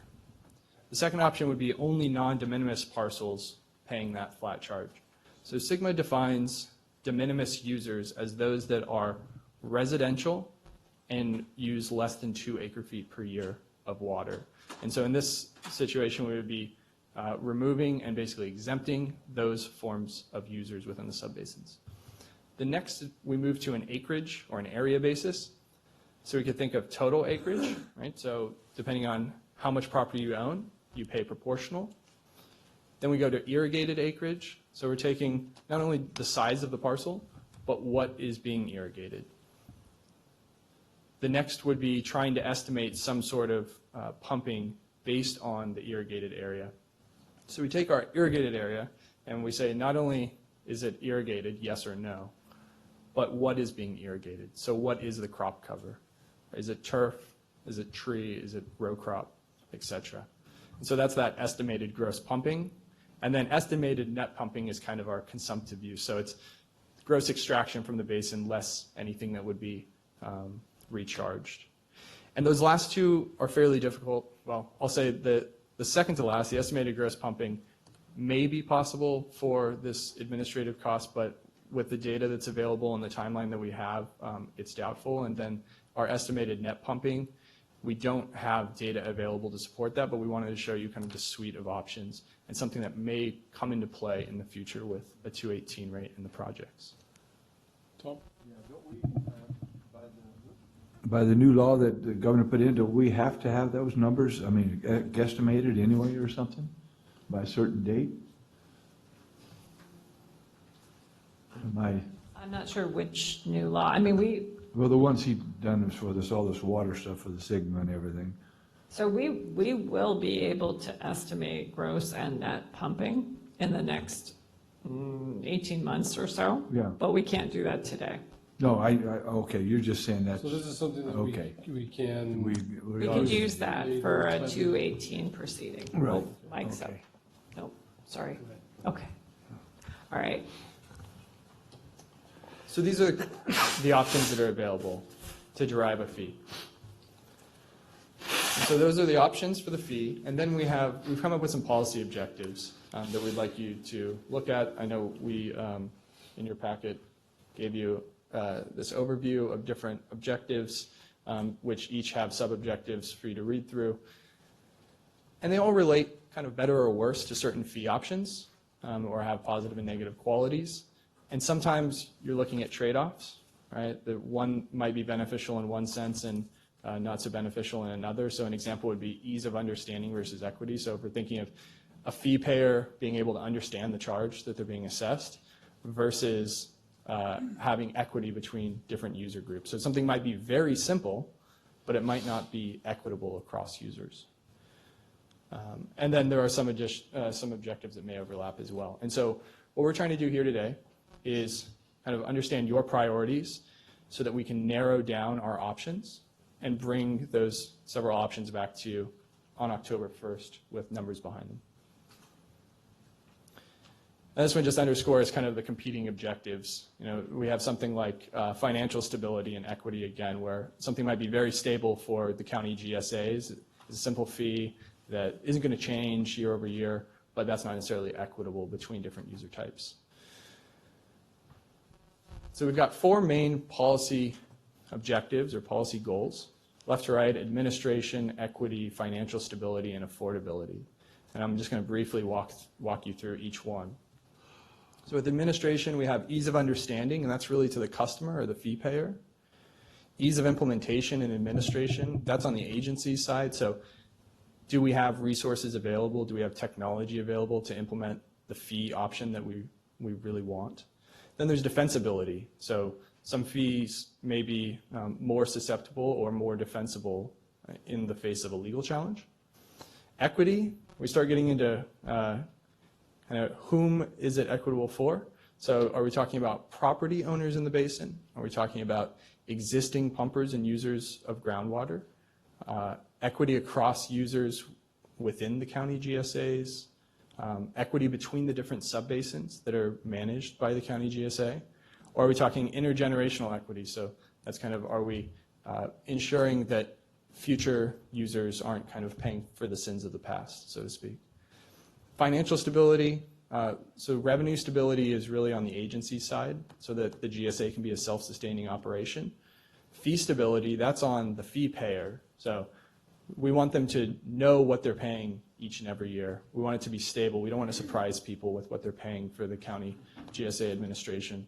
And then minimizing financial impacts. So again, that can be relative to different user payers, but this will be a new fee, and so we should be sensitive to the fact that this will be a new fee for all and could be impactful for some. And then affordability, we have kind of two here. One is a shared burden. So this is, are we all in the boat together? And everybody should chip in. We're all responsible.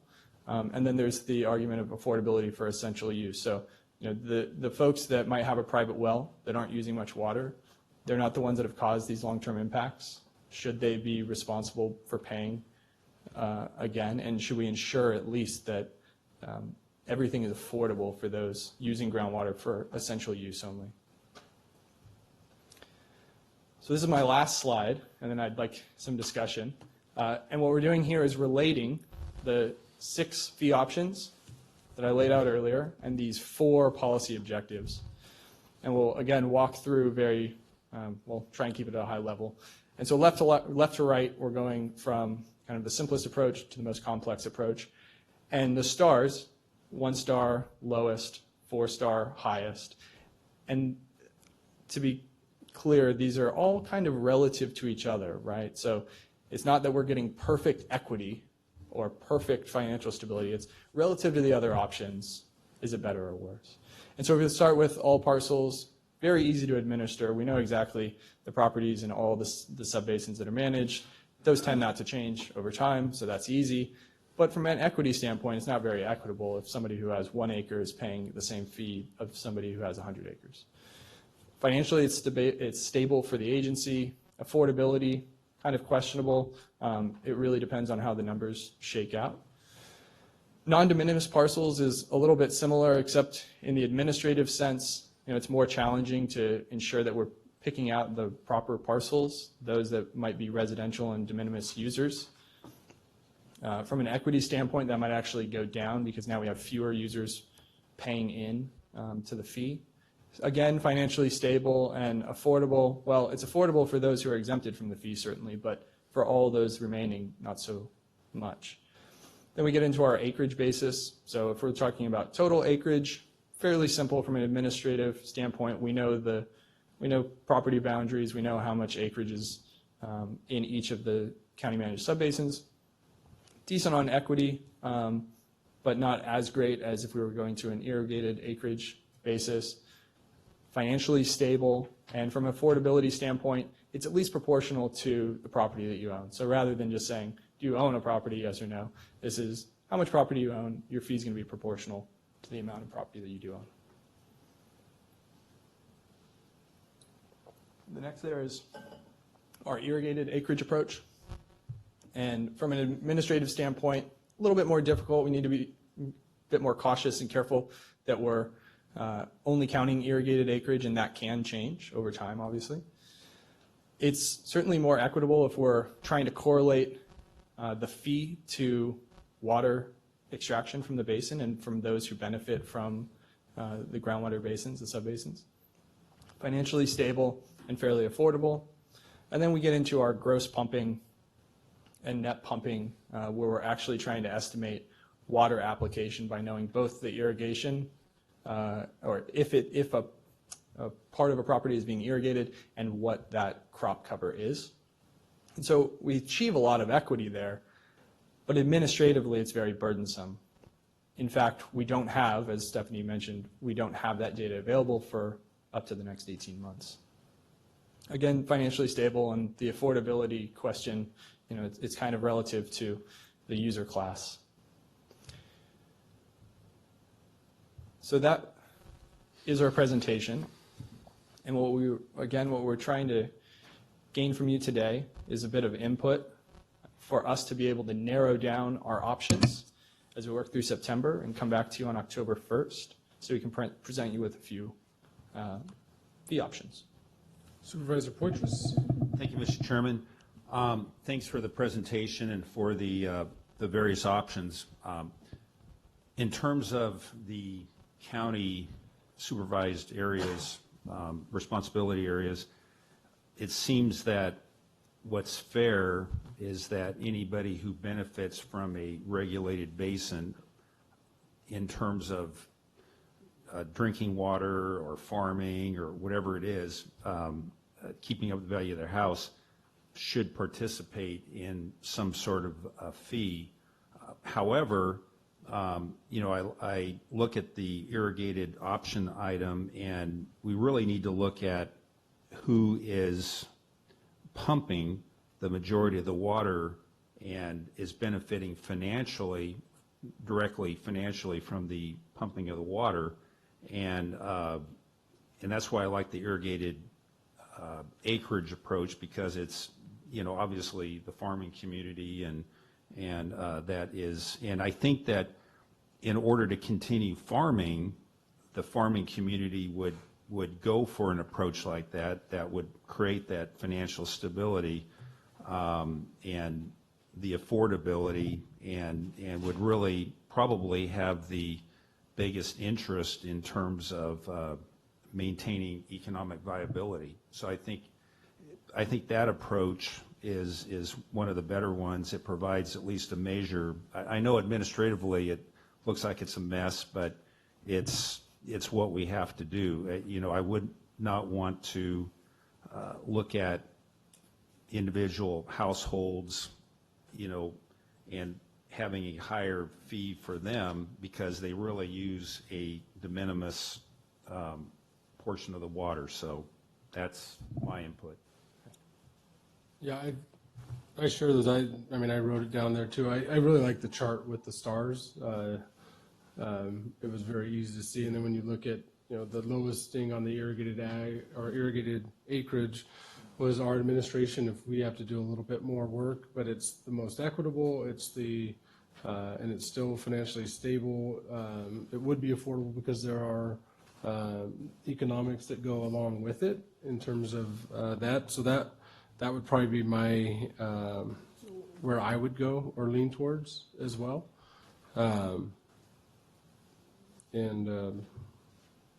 Yeah, I think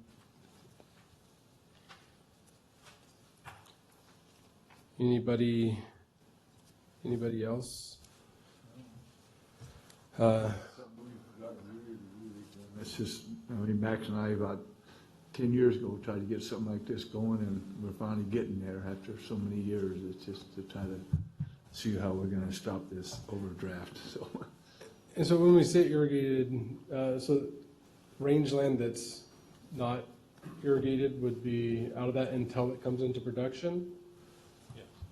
That's right. Rangeland would be excluded from irrigated acreage. So then we would just... it's water basins only, see. So, yeah, whenever we see that, we would have to go out and see if it got converted to permanent crop or to some type of irrigated agriculture, or where would be the trigger for that?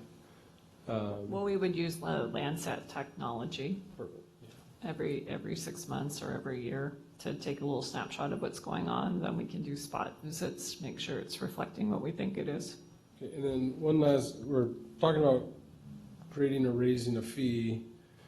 Do we not know what the fee would be yet, or but what is the budget that we're looking at in terms of having to fill?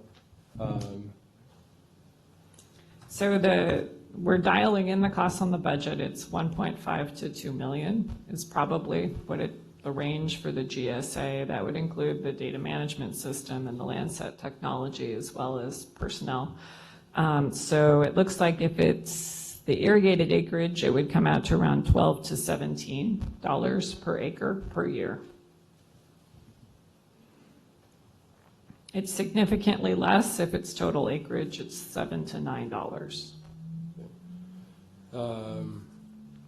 And so the 1.5 to 2 million is an annual ongoing, because there would be a large upfront with I'm sure to purchase the software, but is there ongoing licensing fees with that, or? Yes, there's ongoing fees for all of it. Okay. The 1.5 to 2 million is everything that's a recurring fee. And about how much in personnel? Do you have a breakdown of that? We're going to do a pie chart for the next meeting. Okay. we're not quite there yet. All right, if there's no further questions, we'll go out to public comment. Any public comment on this item? Seeing none, I'll call close to the public comment and bring it back to the board for policy direction, or?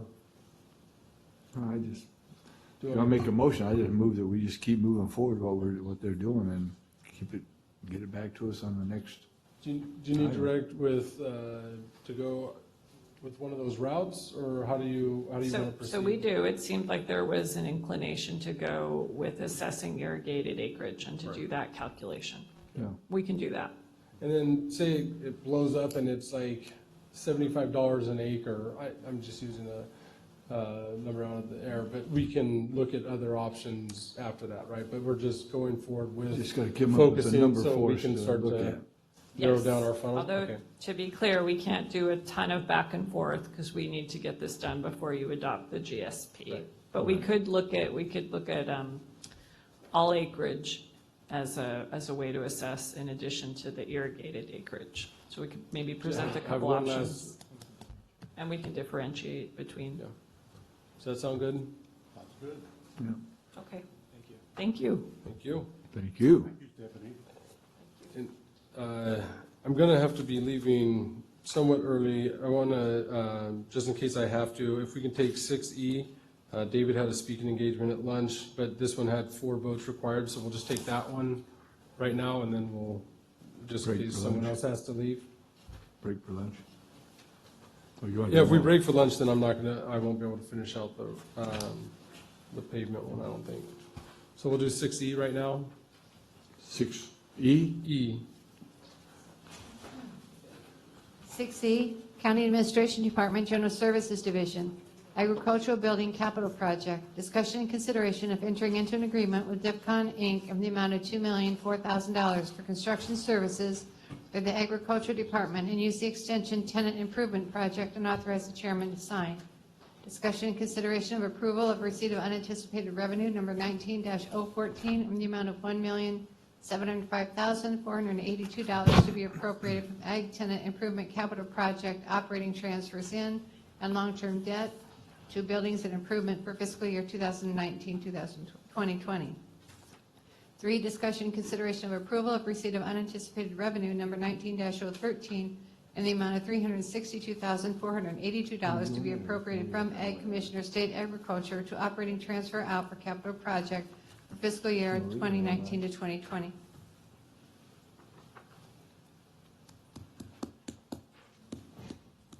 Who's Maria. Maria? They're Oh, not sorry. here. Yeah, I took it out of order. It's not their Yeah, fault. hopefully they're on their way down. Here they come. There, I see them. I apologize. That's my fault. Where were you?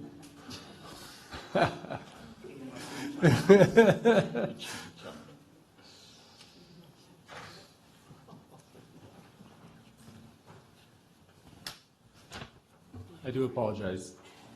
For a minute. All right.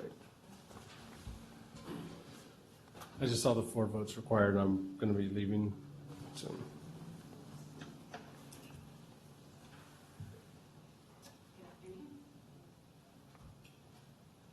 Good afternoon, Mr. Chairman, members of the board. Maria Miranda with Administration General Services, here with Jorge Mendoza, our Capital Projects Manager, and Deputy CAO Joel Bouguet. Before your board today is approval of the construction agreement with DivCon Inc. for the Ag Commissioner Weights and Measures Department and UC Extension Tenant Improvement Project. As a bit of background, the project was included in the Road 28 campus study that was approved by your board back in 2014. The study identified 8 capital projects to address growth needs. The Ag and UC Extension project was the second identified project in that study. The project entails the remodel of the old 9,300 square foot sheriff's facility at Road 28 campus and relocating Ag and UC Extension from their current location on Madera Avenue to the new building. To date, we have completed or initiated the following campus study projects. Probation Juvenile Services was completed back in 2017. The Health and Social Services Complex, which is in construction now and slated to be done later this year, early next year. And the District Attorney Probation Hall of Justice project, which is currently in the request for proposal process. Public bidding for construction of the Ag UC project was closed on June 21st, and 6 bids were received. DivCon Inc. was the lowest responsive and responsible bidder with a bid price of $2,004,000, and staff is recommending approval of the construction agreement with DivCon. So as you can see, the funding for the project consists of multiple funding sources. We'll just go over it real quick. So in 2017, your board allocated $200,000 general fund to fund the design and the initial cost. And we would like to note that since 2017, the Ag Department has been judicious in saving gas mills reimbursement and setting aside so that they can minimize the cost of borrowing to the county. As noted here, in 2017, they set aside $80,000. In 2018, almost $400,000. And for this current fiscal year, projected amount of $362,000. What this has done is, number one, it has allowed us to offset construction escalation increases, as you're well aware, but also minimize the borrowing to $1.3 million. So we'd like to kind of note the efforts of the Ag Department in keeping the cost down to the county for this project. Good afternoon, Board. With the anticipated approval of your board today for this project, we anticipate to issue a notice to proceed to the contractor beginning September 25th of 2019 and going through May 22nd of 2020 with an expected occupancy period of May, June of 2020. Here in the next slide, we have the picture showing the existing building. Like Maria said, it's approximately a 9,300 square foot building. It is scheduled to receive paint, exterior paint, as well as interior paint, and upgraded dual pane windows. The current ones installed and the ones that you see there are single pane, not energy efficient at all. So with the new upgrade we're doing, it's going to become a more energy efficient building. The scope itself, it's shared by 2 departments. So we have Madera County Ag Department as well as UC Extension. Ag Department comprises the majority of the building and the space with approximately 7,100 square feet. With the new remodel, we're going to get new ADA compliant restrooms, a new weights and measures lab, dedicated conference and break room, a large open workstation area. And then in the back, we have a large pesticide and material storage. For the UC Extension side, it's approximately 2,200 square feet. They have a need they'll be receiving a new demonstration kitchen, dedicated conference room, as well as space for community involvement projects or programs they have, such as the Master Gardener, 4-H, and viticulture programs. They also will share a large training conference room with Ag Department. Here you can see the new floor plan. The left side, you're looking at the floor plan, the left side is comprised majority of Ag, and then the right is the UC Extension side. Here you see some of the renderings for the new spaces. Top left, you have the workstations. Top right, a private office setting. The bottom left corner is showing the Ag Department conference room, and then the bottom right is the large shared conference and training room for both departments. As all new projects that we're currently constructing, we're implementing new monument signs throughout that represent the Madera County logo and our new vision for the county. With that, we'll open it up for any questions, and thank you for your time. Any questions on this great project? Good. Just wondering, is the front door still going to be the same place there? Yes. Yeah. That's what it looked like, but I couldn't exactly tell. No, that's great. Any members of the public for public comment? See none, I'll close the public comment, bring it back to the board for action. Move to approve. Second. We have a motion and a second. Excuse me, call for the vote. Supervisor Wheeler? Yes. Supervisor Poitras? Yes. Supervisor Rodriguez? Supervisor Frazier? Yes. Vote passes 4-0, one absent. All right, and just, no, Ahmad, just so you know, I think we're probably going to break for lunch, so you guys will come back after to do that. And if I can get the presentation after, just, because I'm going to have to be leaving right now. Then Michelle, you want to do yours, a pretty routine item. Sorry, Public Works. Item 6F, County Administration Department, Human Resources Operations Division. Discussion and consideration of approval to amend the classification plan for County Administration Human Resources Operations Division effective October 1st, 2019.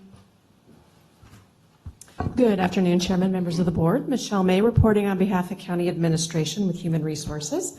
So this item was presented as part of the budget hearings. So this particular classification is new to the county classification plan. The request is for a senior personnel technician. There will not be an additional position allocated within Human Resources, but within our existing structure of, we have 4 personnel technicians right now. So this particular item just adds that level of an additional person within the group of staff that will be able to take on some special projects, serve more as a lead employee over the technicians and clerical staff. And the Civil Service Commission did approve this item in August at their meeting. And if you have any questions, I am open for them. How come? How come we need this? How come she wants questions from you? Is any members of the public wishing to comment on this item? Just set me up. Seeing none, I'll call close to the public comment, bring it back to the board for action. Move for approval. Move for approval. Okay, second, Max? Second. Madam Clerk? Call for the vote. Supervisor Poitras? Yes. Supervisor Wheeler? Yes. Supervisor Rodriguez? Supervisor Frazier? Yes. Vote passes 4-0, one absent. All right. How come? And with that, we'll break for lunch, come back at 1:30. The last thing on there is just the pavement. D. Yeah, 6. Good. All right.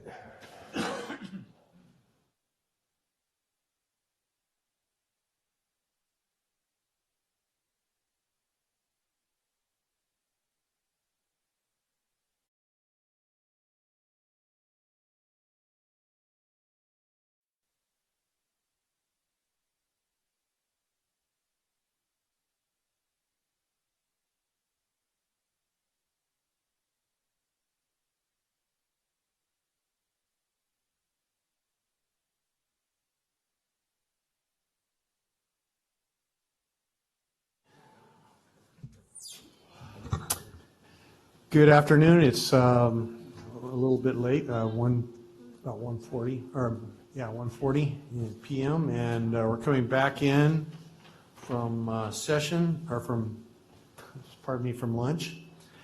And Supervisor Frazier is headed for a meeting he has previously scheduled, so he needs to be there. And I will be conducting the meeting. And what's the next item on the agenda, or the last item? Item 6D, Public Works Department, presentation and discussion of the county's current pavement network condition. Good afternoon, Chairman Pro Tem, the Board, Ahmad Al-Khayyat, Public Works Director. With me here are 3 Deputy Directors of Public Work, Mr. Jared Carter, Ms. Andrew Saldate, and Mr. Philip Toller. Also in the back we have Jason Chandler, who should be in the highlights as well. With us also our consultant, Margot Yap with NCE Engineering. Sorry about that. I didn't hear anything. That was so- weird. I apologize I'm for deaf, that. so- We're all here. I know, that's somebody snooping. We're all here for our annual transportation workshop to update you and the public, discuss and seek direction from your board on county transportation infrastructure. So here we go. I'll give a quick overview of our transportation network as well as the condition of the county's pavement network and its funding sources. Then Margot will present a few budget scenarios, mitigation strategies, and some recommendations for your board. Before you go any further, there's a ringing in the system that's replete. I just notified. Yeah. Okay. Thank you. Go ahead. May I?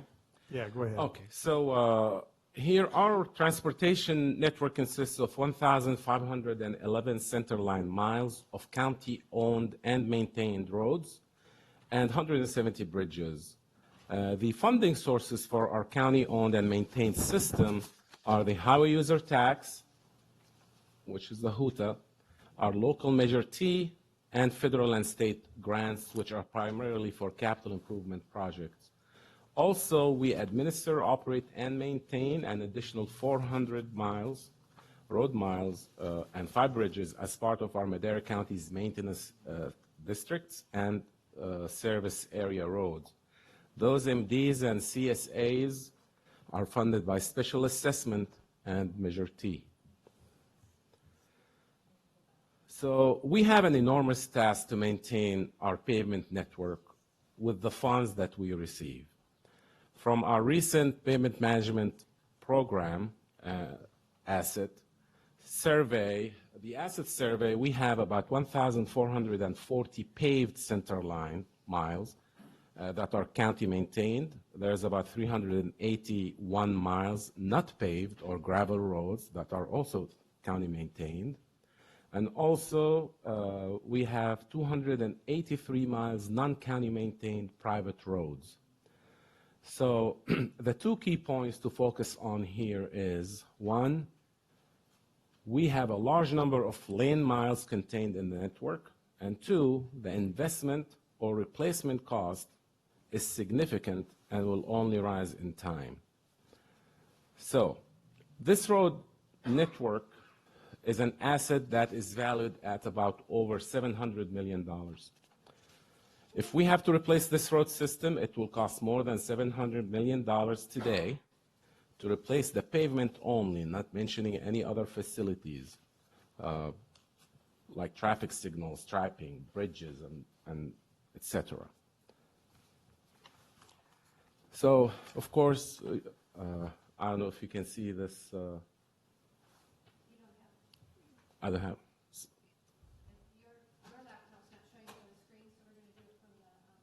Oh, okay.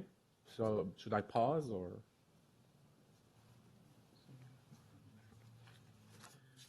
Which slide are you on? Oh, I like that. We are here. Okay. Paved road network. Should I back up a little bit or are we good? Condition. No, you're fine. We're good. Okay. So this is all, anyway, repeating introduction, just overview from the last workshop. So here's an example of a pavement with an on top with an acceptable, of course, pavement condition index of, and also on the bottom we have something that's unacceptable. So our county's network average is currently at 44 PCI. Here's an example of, sorry, there you go.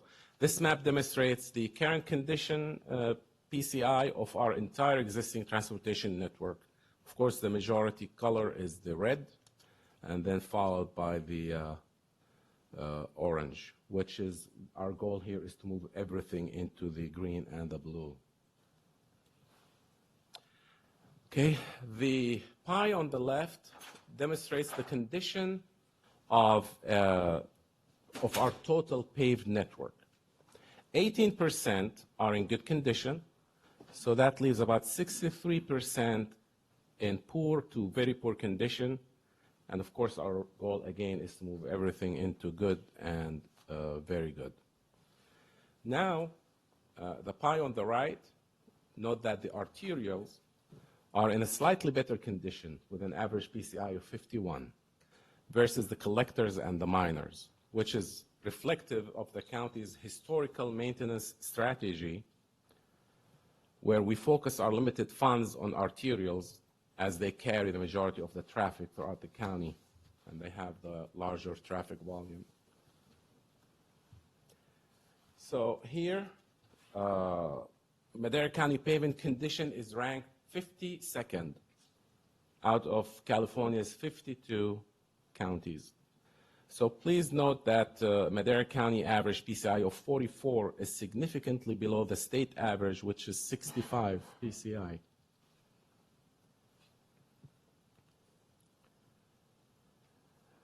There's 58 counties. 58. Oh, is that what you said? Yes. Oh, okay. Yeah. So what are the revenue sources? Highway user tax account. Here we need to know that revenues dropped by 38% over the last 2 fiscal years. Local transportation fund, regional state transportation program, and then federal aid programs like the Highway Bridge Program, the CMAQ, HSIP, et cetera, Measure T, and road maintenance and rehabilitation by SB1. So Measure T does generate revenues for road maintenance. However, a good portion of the Measure T funds allocated to the agencies are restricted or earmarked for non-maintenance purposes based on the Measure T strategic plan and guidelines. So here we need to note that currently no revenues from property tax or general fund are applied to the, sorry, I'm multitasking here.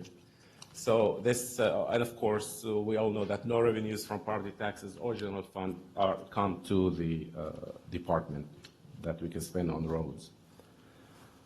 Okay, so the transportation, where am I? Right here. This budget year, we are counting on approximately $7.7 million of unrestricted funds. Funds are both restricted and unrestricted, and this pie shows basically, in general, all our network funding sources. So we're counting on $7.7 million of unrestricted funds, and they are demonstrated on the pie chart in the shades of blue. So everything in the gray is restricted funds. So for example, our highway user tax account is at 4.6 or $4.7 million, which is continuously going down. This is the fund that is deteriorating.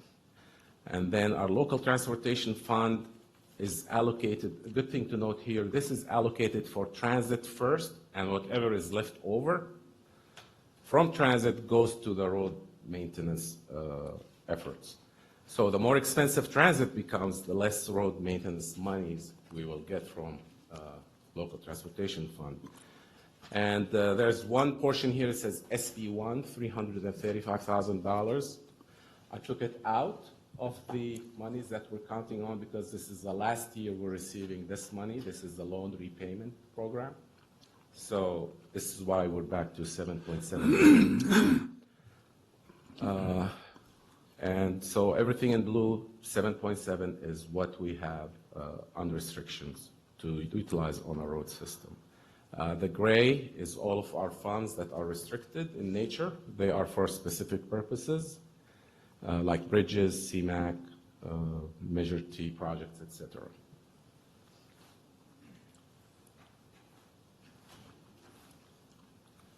Okay. So of the total roads and bridges annual budget, only a portion of this is available for road maintenance. That would contribute towards improvement of the network's PCI. What we would like to do is, what can we do to improve our 44 average? So this amount will increase slightly over the next few years as more of the SB1 revenues come online. However, we will still be behind the needed revenues to fully maintain and improve the network PCI of 44. The highway user tax account funds have decreased significantly over the last few years due to less gas tax revenues from more fuel-efficient cars and people driving less.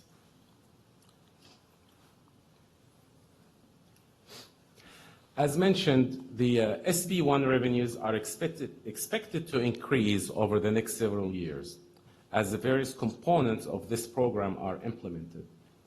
The first few years, 2018 and 2019, which we have actual numbers for, the first two bars, columns there,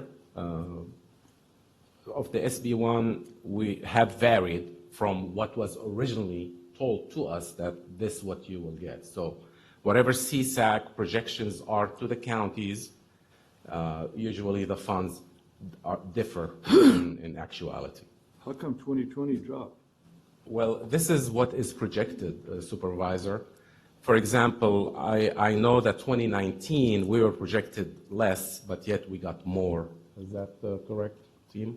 So this is what I'm saying, whatever CSAC's understanding of the formula and how the apportionments are per county, we are told what to expect, but usually so far what we've received has exceeded the expectations. So these are all projections from CSAC and other sources, Supervisor. Does that loan we got or grant we got to do that crosstown connection, is that any of this monies here? That $3 million? Or $5 million, whatever it was? Good afternoon, Jared with Public Works.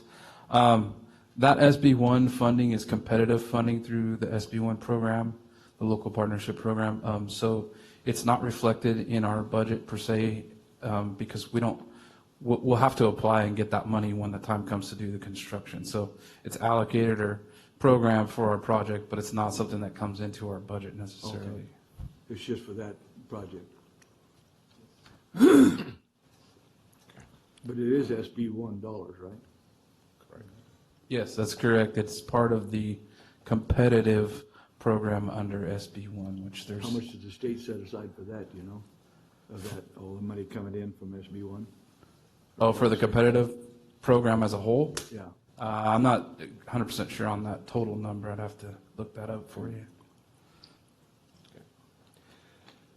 So with these projections, there will be some more clarifications and adjustments at the state level on how the apportionments are calculated with respect to the language in the bill. It's still all new.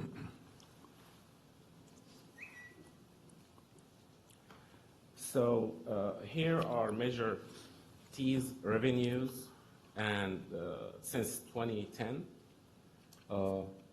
Please note that this is for all Measure T monies.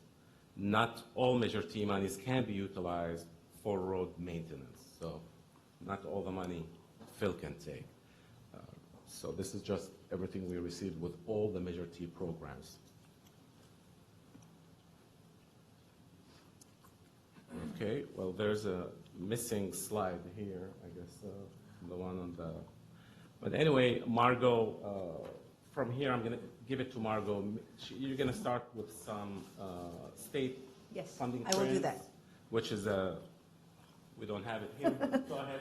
We have the case of the missing slide. Sorry. Thank you, Ahmad.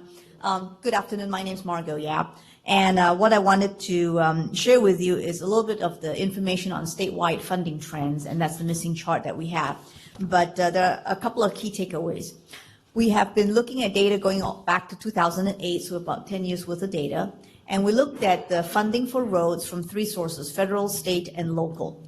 And the information that we have analyzed over the last 10 years shows a couple of things that I think are important and relevant to this conversation this afternoon.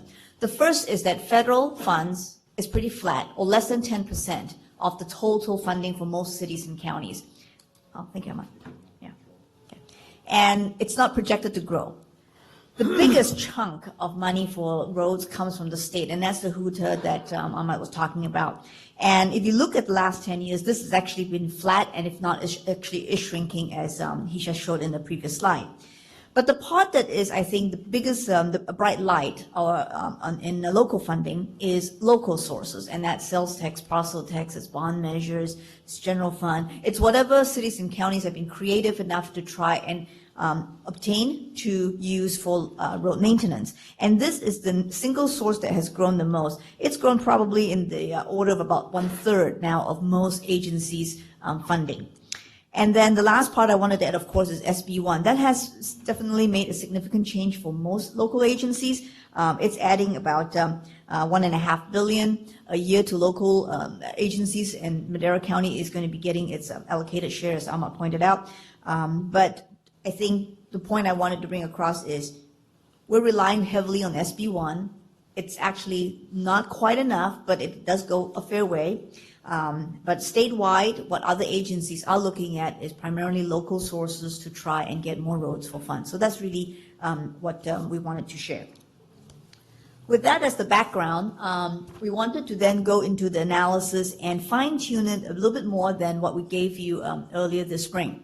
And the first thing you can see is that of the allocated $7.7 million that Public Works has right now to spend on road maintenance, there are several lines on this chart. We're looking at the next 10 years.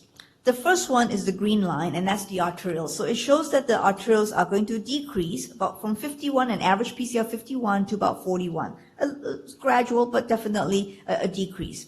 And then the blue line are the minor roads, and those have the hardest hit. They start at 40 and they drop to about 24 pretty rapidly in the next 10 years. And then mixed in there is the orange and purple line, and the orange line is the average for the network. The purple line is the collectors, and that actually mirrors the average pretty nicely.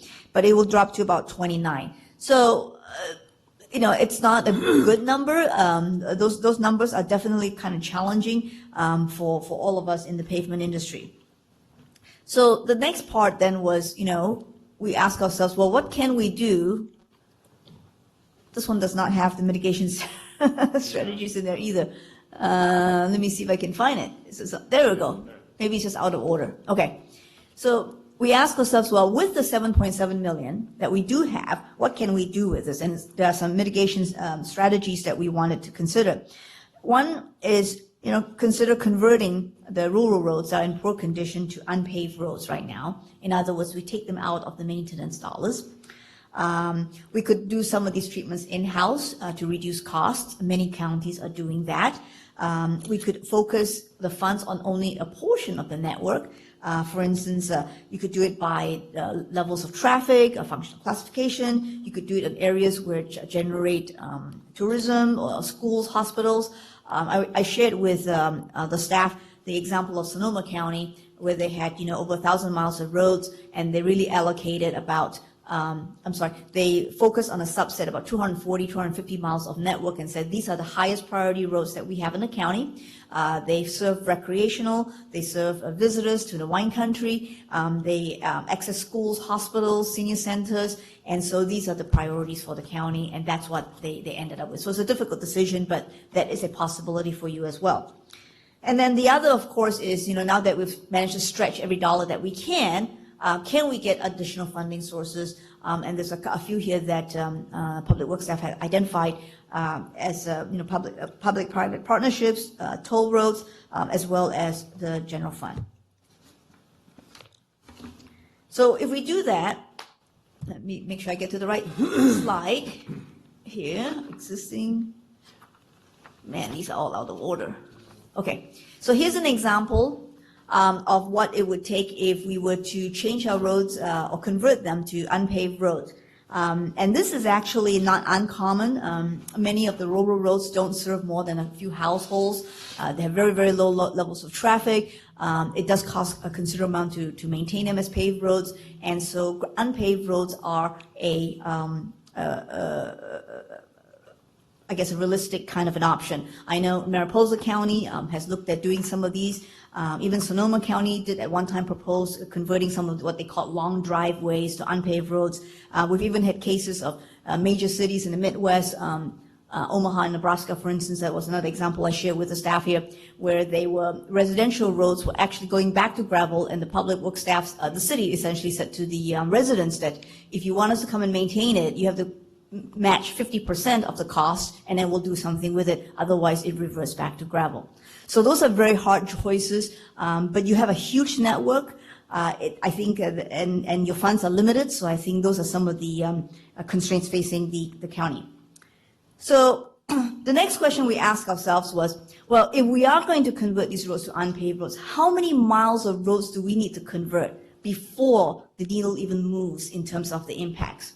So we looked at about 427 miles. We said that, and this is fairly arbitrary, we just said, let's take a big whack at the network. You've got a huge 1,500-mile network right now. If we took off about 400 miles and said these all go back to gravel, what happens?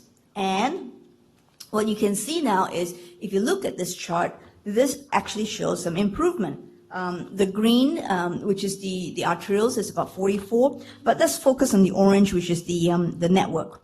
And what we had before was an average of 29 in 10 years, and now what we have is an average of 37. So you see that it's not perfect, but it has improved, and I think that's the trend. You would have to look some order of magnitude in that range before you would see some significant changes.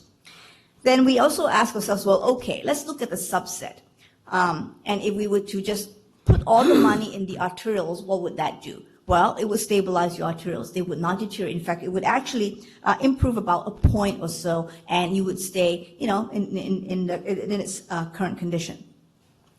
So then this, Ahmad and his staff asked us, well, okay, what if we want to improve the arterials? And to about 65, and 65 is the statewide average. And what that would do is it would require about 12.4 million, so not quite double, but definitely a lot more than the 7.7 that you have right now. And we would be able to show significant improvement to the arterials. And then if we wanted to add the collectors to that, then that's an extra 4 million a year. We could bring the collectors to about 60. And we chose 60 because that's the average of the 5 neighboring counties, and I'll share the information with you in a second. And we said that seems to be a realistic goal to hit. We're not aiming to be, Los Angeles or San Francisco where they're in the 70s or in the 80s, but, to get to 60 seems like that would be a serviceable level for our residents and businesses. And then if we wanted to do the same thing with the residentials or the minor streets to improve it to 60, it would cost an additional 6.7 million. So the total now is 23 million, and then the average would be about 62. And that, I think, is a pretty ambitious, pretty aggressive goal, but it could happen. So now that I've kind of given you the bad news in terms of the dollars and how much you need, I also wanted to share with you some of the context and say, how are we performing? How's Madera County performing in relationship with some of the neighboring counties? And so I'm going to back up a little bit because these are all kind of weird. Here we go.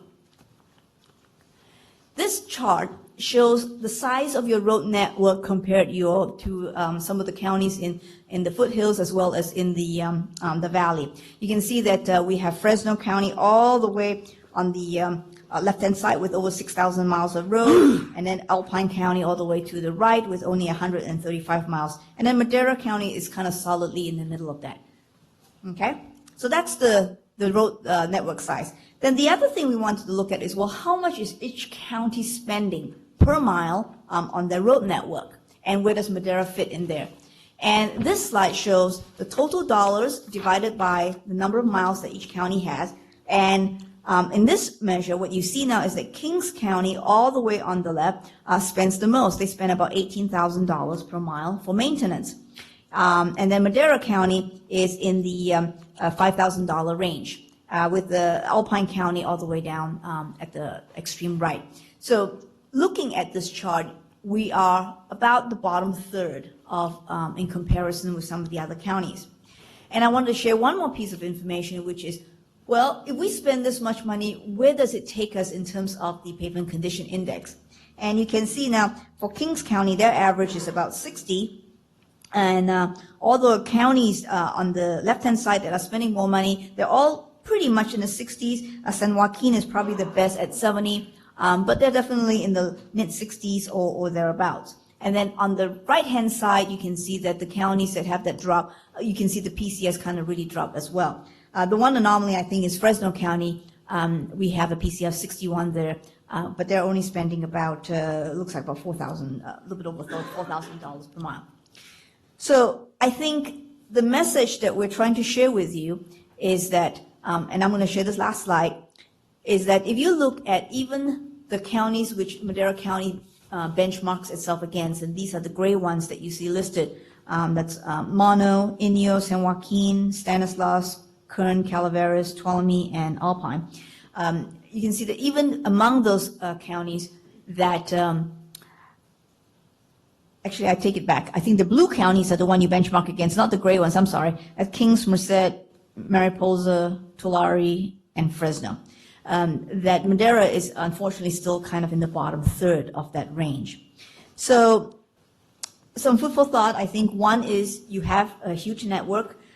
It's been underfunded. Unfortunately, even with the SB1 dollars and the different funding sources that Ahmad has identified, it will projected to continue to be underfunded.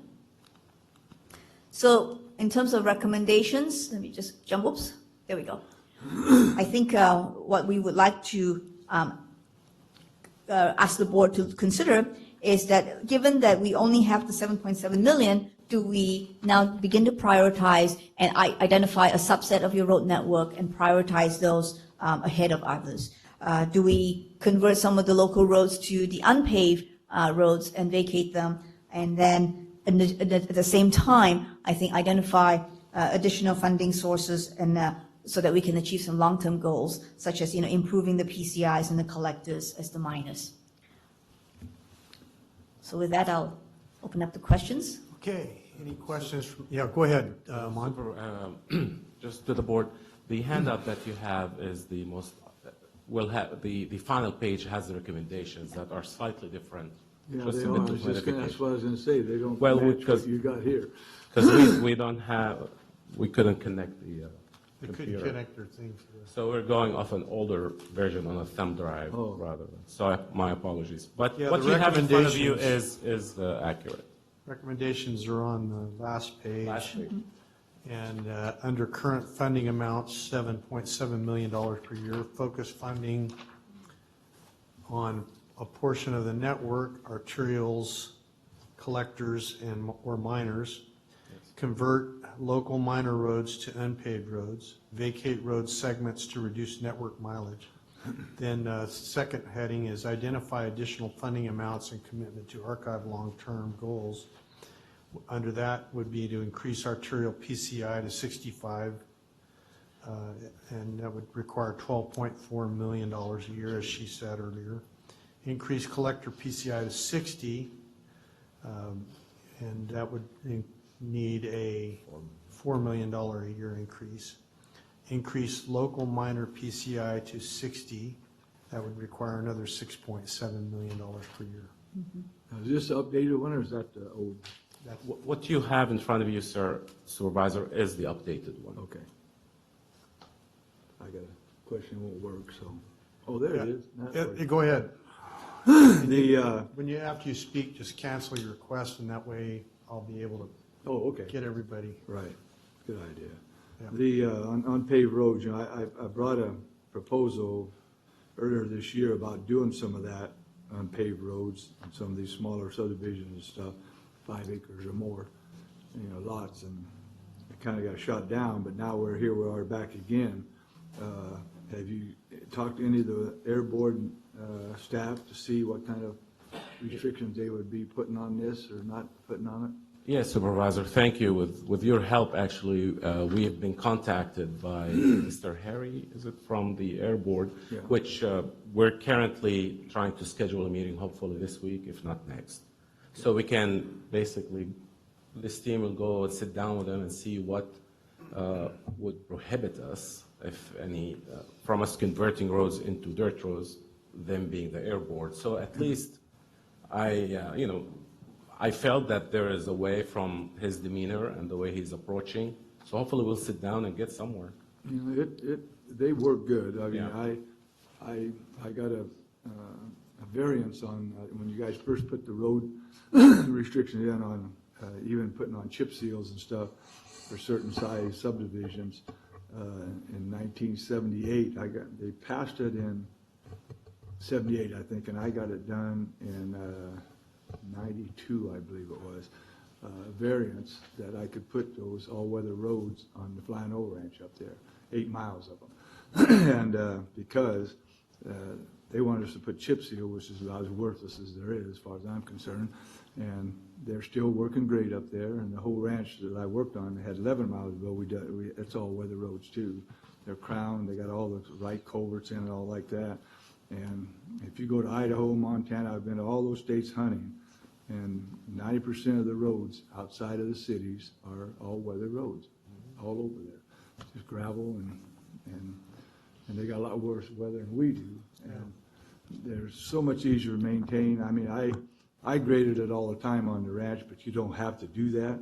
You can do it a couple times a year, just like we do 420, and it works really great up there. It saves millions of dollars. Oh, yeah. I mean, millions of dollars, especially if we got some of those roads out here in the country and stuff. I drove last year on 17 and a half and went out and bought a container from a farmer out there.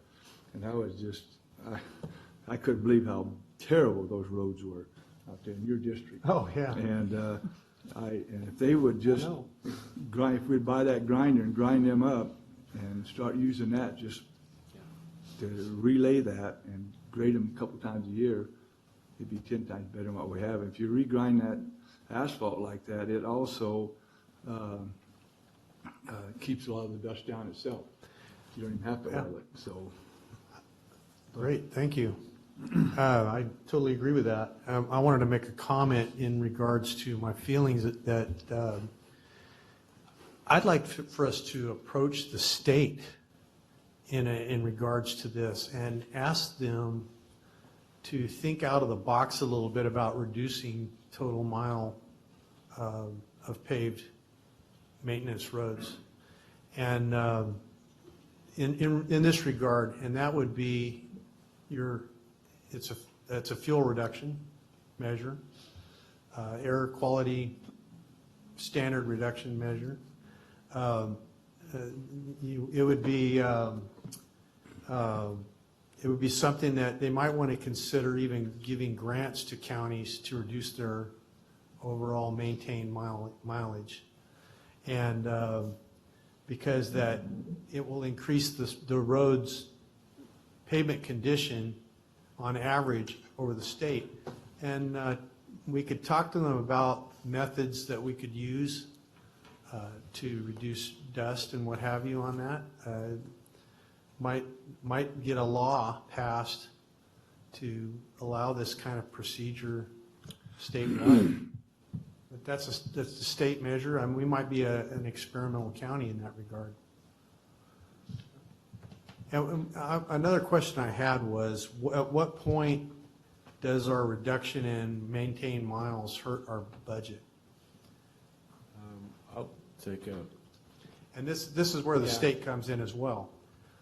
Well, there's a certain formula, Supervisor, that each county's allocation is calculated. Yeah. We know it is based on county maintained miles and also population. But the majority of the monies in this formula, 75% of it, counts the population and number of vehicles registered in your county. Okay. So we can, just like the hypothetical of converting roads or vacating 400 miles of roads, Okay. you see it did not make a big increase, if any, to the cumulative paving condition index, because it's mostly population based. And of course, our population is increasing here in Madera County. So I feel like there are, just in driving my district, I see that there are a number of roads that are strictly involved for agriculture. Those roads do not need to be paved. They do not need paved roads. In fact, I think they'd rather them be unpaved roads, and in my opinion, from just talking to them.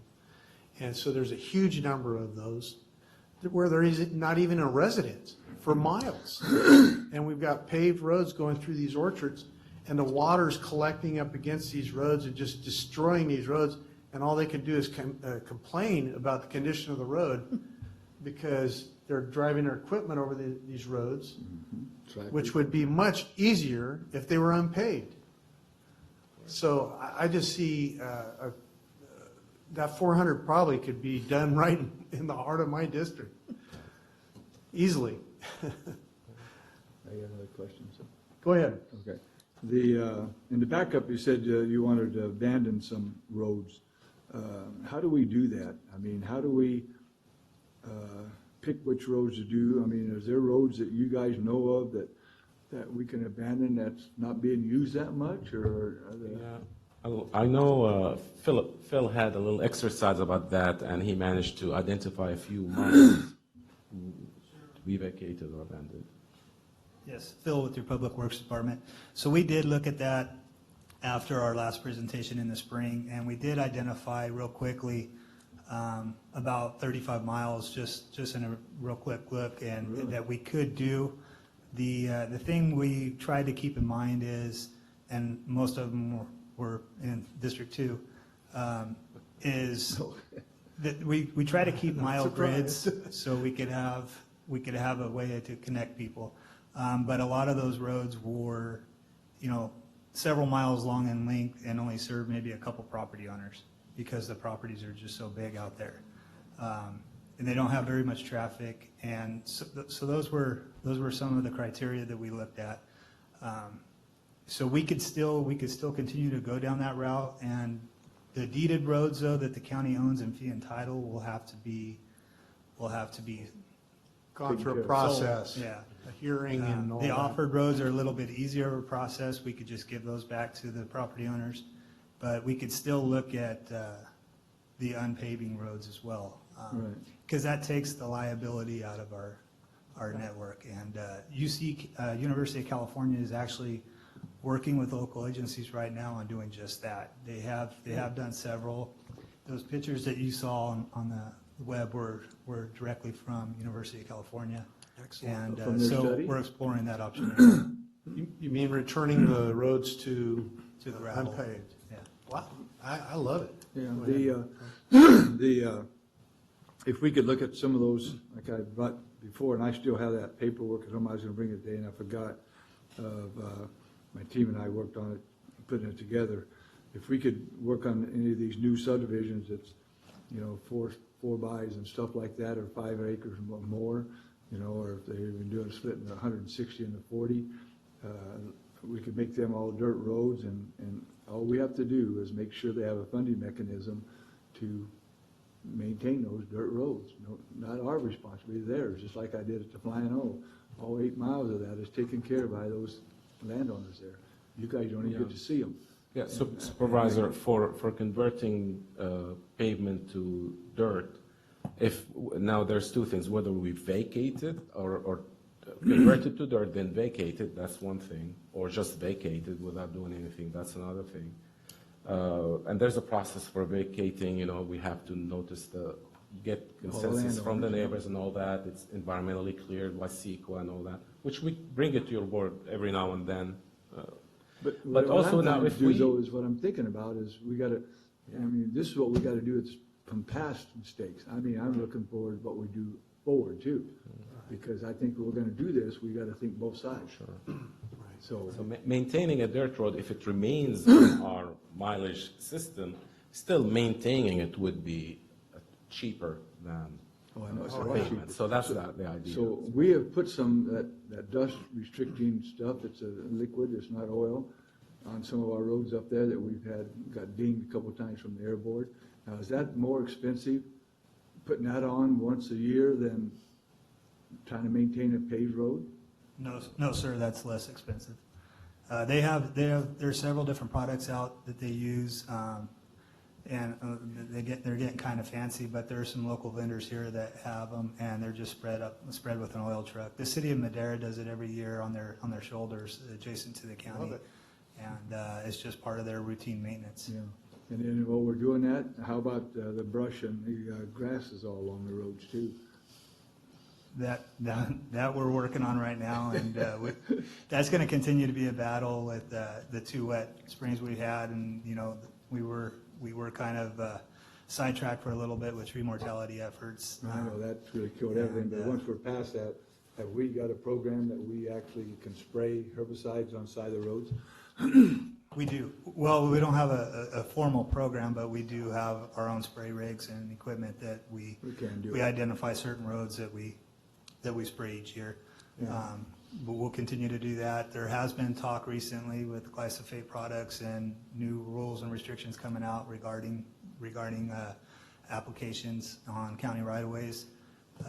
Some agencies they've been practicing with some of these homemade herbicides that are proven to be about 7 or 8 times more costly than our standard glyphosate type applications. That's the only type to use, I mean, as far as I'm concerned, and I've used them all, so. Supervisor Poitras. Thank you, Mr. Chairman. First of all, I'd like to let Supervisor Wheeler know that the road crews took they must have heard about Avenue 17 and a half because they actually repaved about 3/4 of a mile. No of kidding? it. Well, I did raise heck about it last year. I brought it to them, so. Right near that dairy, it's, I think it's Machado's Dairy from Road 21 to about Road 20. A lot of that's been repaved, Right. so with a stripe and everything, so. Thanks for the info. I haven't been back out there because I didn't want to tear my pickup up. Yeah, I was kind of surprised to see that. And How bad it was. then I'd just like to say that I support the recommendations. It's a great program, and you got to hit cancel your request. Cancel your to speak. request, We got to do this, but you still haven't come up with a list of priorities on our roads. I was hoping that you guys were going to do that on this too, so that maybe you can do it after we approve this like this, to do it going forward with this kind of stuff. But we need to kind of have some kind of priority by condition and volume of traffic on it that we talked about before, and we've done the original part of this. Yeah, I think. That study. I think what might come out of this is that very thing, is prioritize roads for a list of roads that we might abandon, a list of roads that we might create into unpaved roads, and then maybe to serve the county better as far as attacking this problem, we take that list out to the public, and we start, like, I'll hold a town hall in Chowchilla and say, this town hall is going to be about roads, period, and this is what we want to do, this is how we're going to attack our problem. And be there.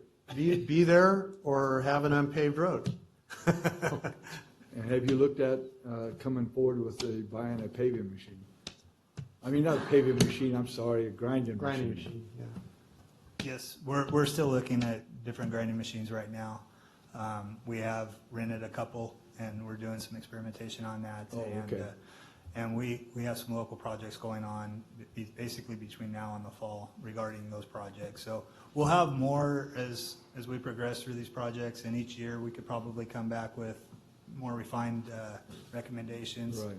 I think as far as a list of roads, I would probably recommend, Maud and I have talked, but maybe focusing on our major arteries first. Yeah. That are carrying the Totally most agree. traffic. Like you saw on the slide there, if we put all of our resources just on arterials right now, we could stabilize them, maybe even improve them by a point or two. And that's basically where it gets us. And you might talk to Tristan and just see if maybe we could find a grant too to buy a grinder, just like they did on that excavator that the water committee did. So that would be so cool if we could. Yeah. So there might be some grants out there through the air board even, so. Yeah. Yeah, sounds really good. Any more questions for the presenters? Thank you. Hearing none, thank you. Appreciate the inventiveness of this process, and what's coming out of it is really, really good. I think we're going to see some changes, and that's what people want to see, what is some Hopefully, change. Yeah. So we have staff reports, and that's all been Chairman. taken care of? Is there any public comment on the report? Melissa and Hearing Bobby, you none. ain't got nothing to say? Hearing none, we'll close the public comment, and we've already heard from the board as far as directions, so we're good there. Any supervisors and staff reports? I have nothing to report. I attended the, You forgot, huh? Yeah. Okay, that's good to know. attended the RHA. Go ahead. Yeah, I just had my hand operated on, had a carpal tunnel operation, so I was gonna say it, public comment, and I forgot. But the other thing, this was in the Fresno Bee, about the encampment cleanups, you know, and I was gonna ask staff when they were here this morning. It says Madera County got a big hunk of the $11 million, and I just wonder what we're doing with our share on this encampment cleanup. Maybe you can take this and ask them and see what's going on in the next board meeting. Yeah. So, I mean, if Yeah, we're great. if they're saying we've got some of that money coming, I'd like to see Yeah. what we're doing and what we're doing with it. Yeah, well, I know some of our crews have been down in the sloughs cleaning up the They mess have been left doing that. behind from some of the homeless there. It's really terrible. You get daily fires now in Chowchilla from homeless That's camps. the way it's been on the river here. Crazy. Right out here, 145. Yeah. There's another one this morning, I mean, from the last time I was here. Any more reports, Eric? Nothing to Regina? We got pending legislation. Okay. We got pending legislation? Did Yeah, you- any pending legislation? Okay, we'll do it next Tuesday. Okay, and next meeting will be at Oakhurst, and that's posted online. Whoopee, whoopee. So with that, this meeting's adjourned. Good job, boss.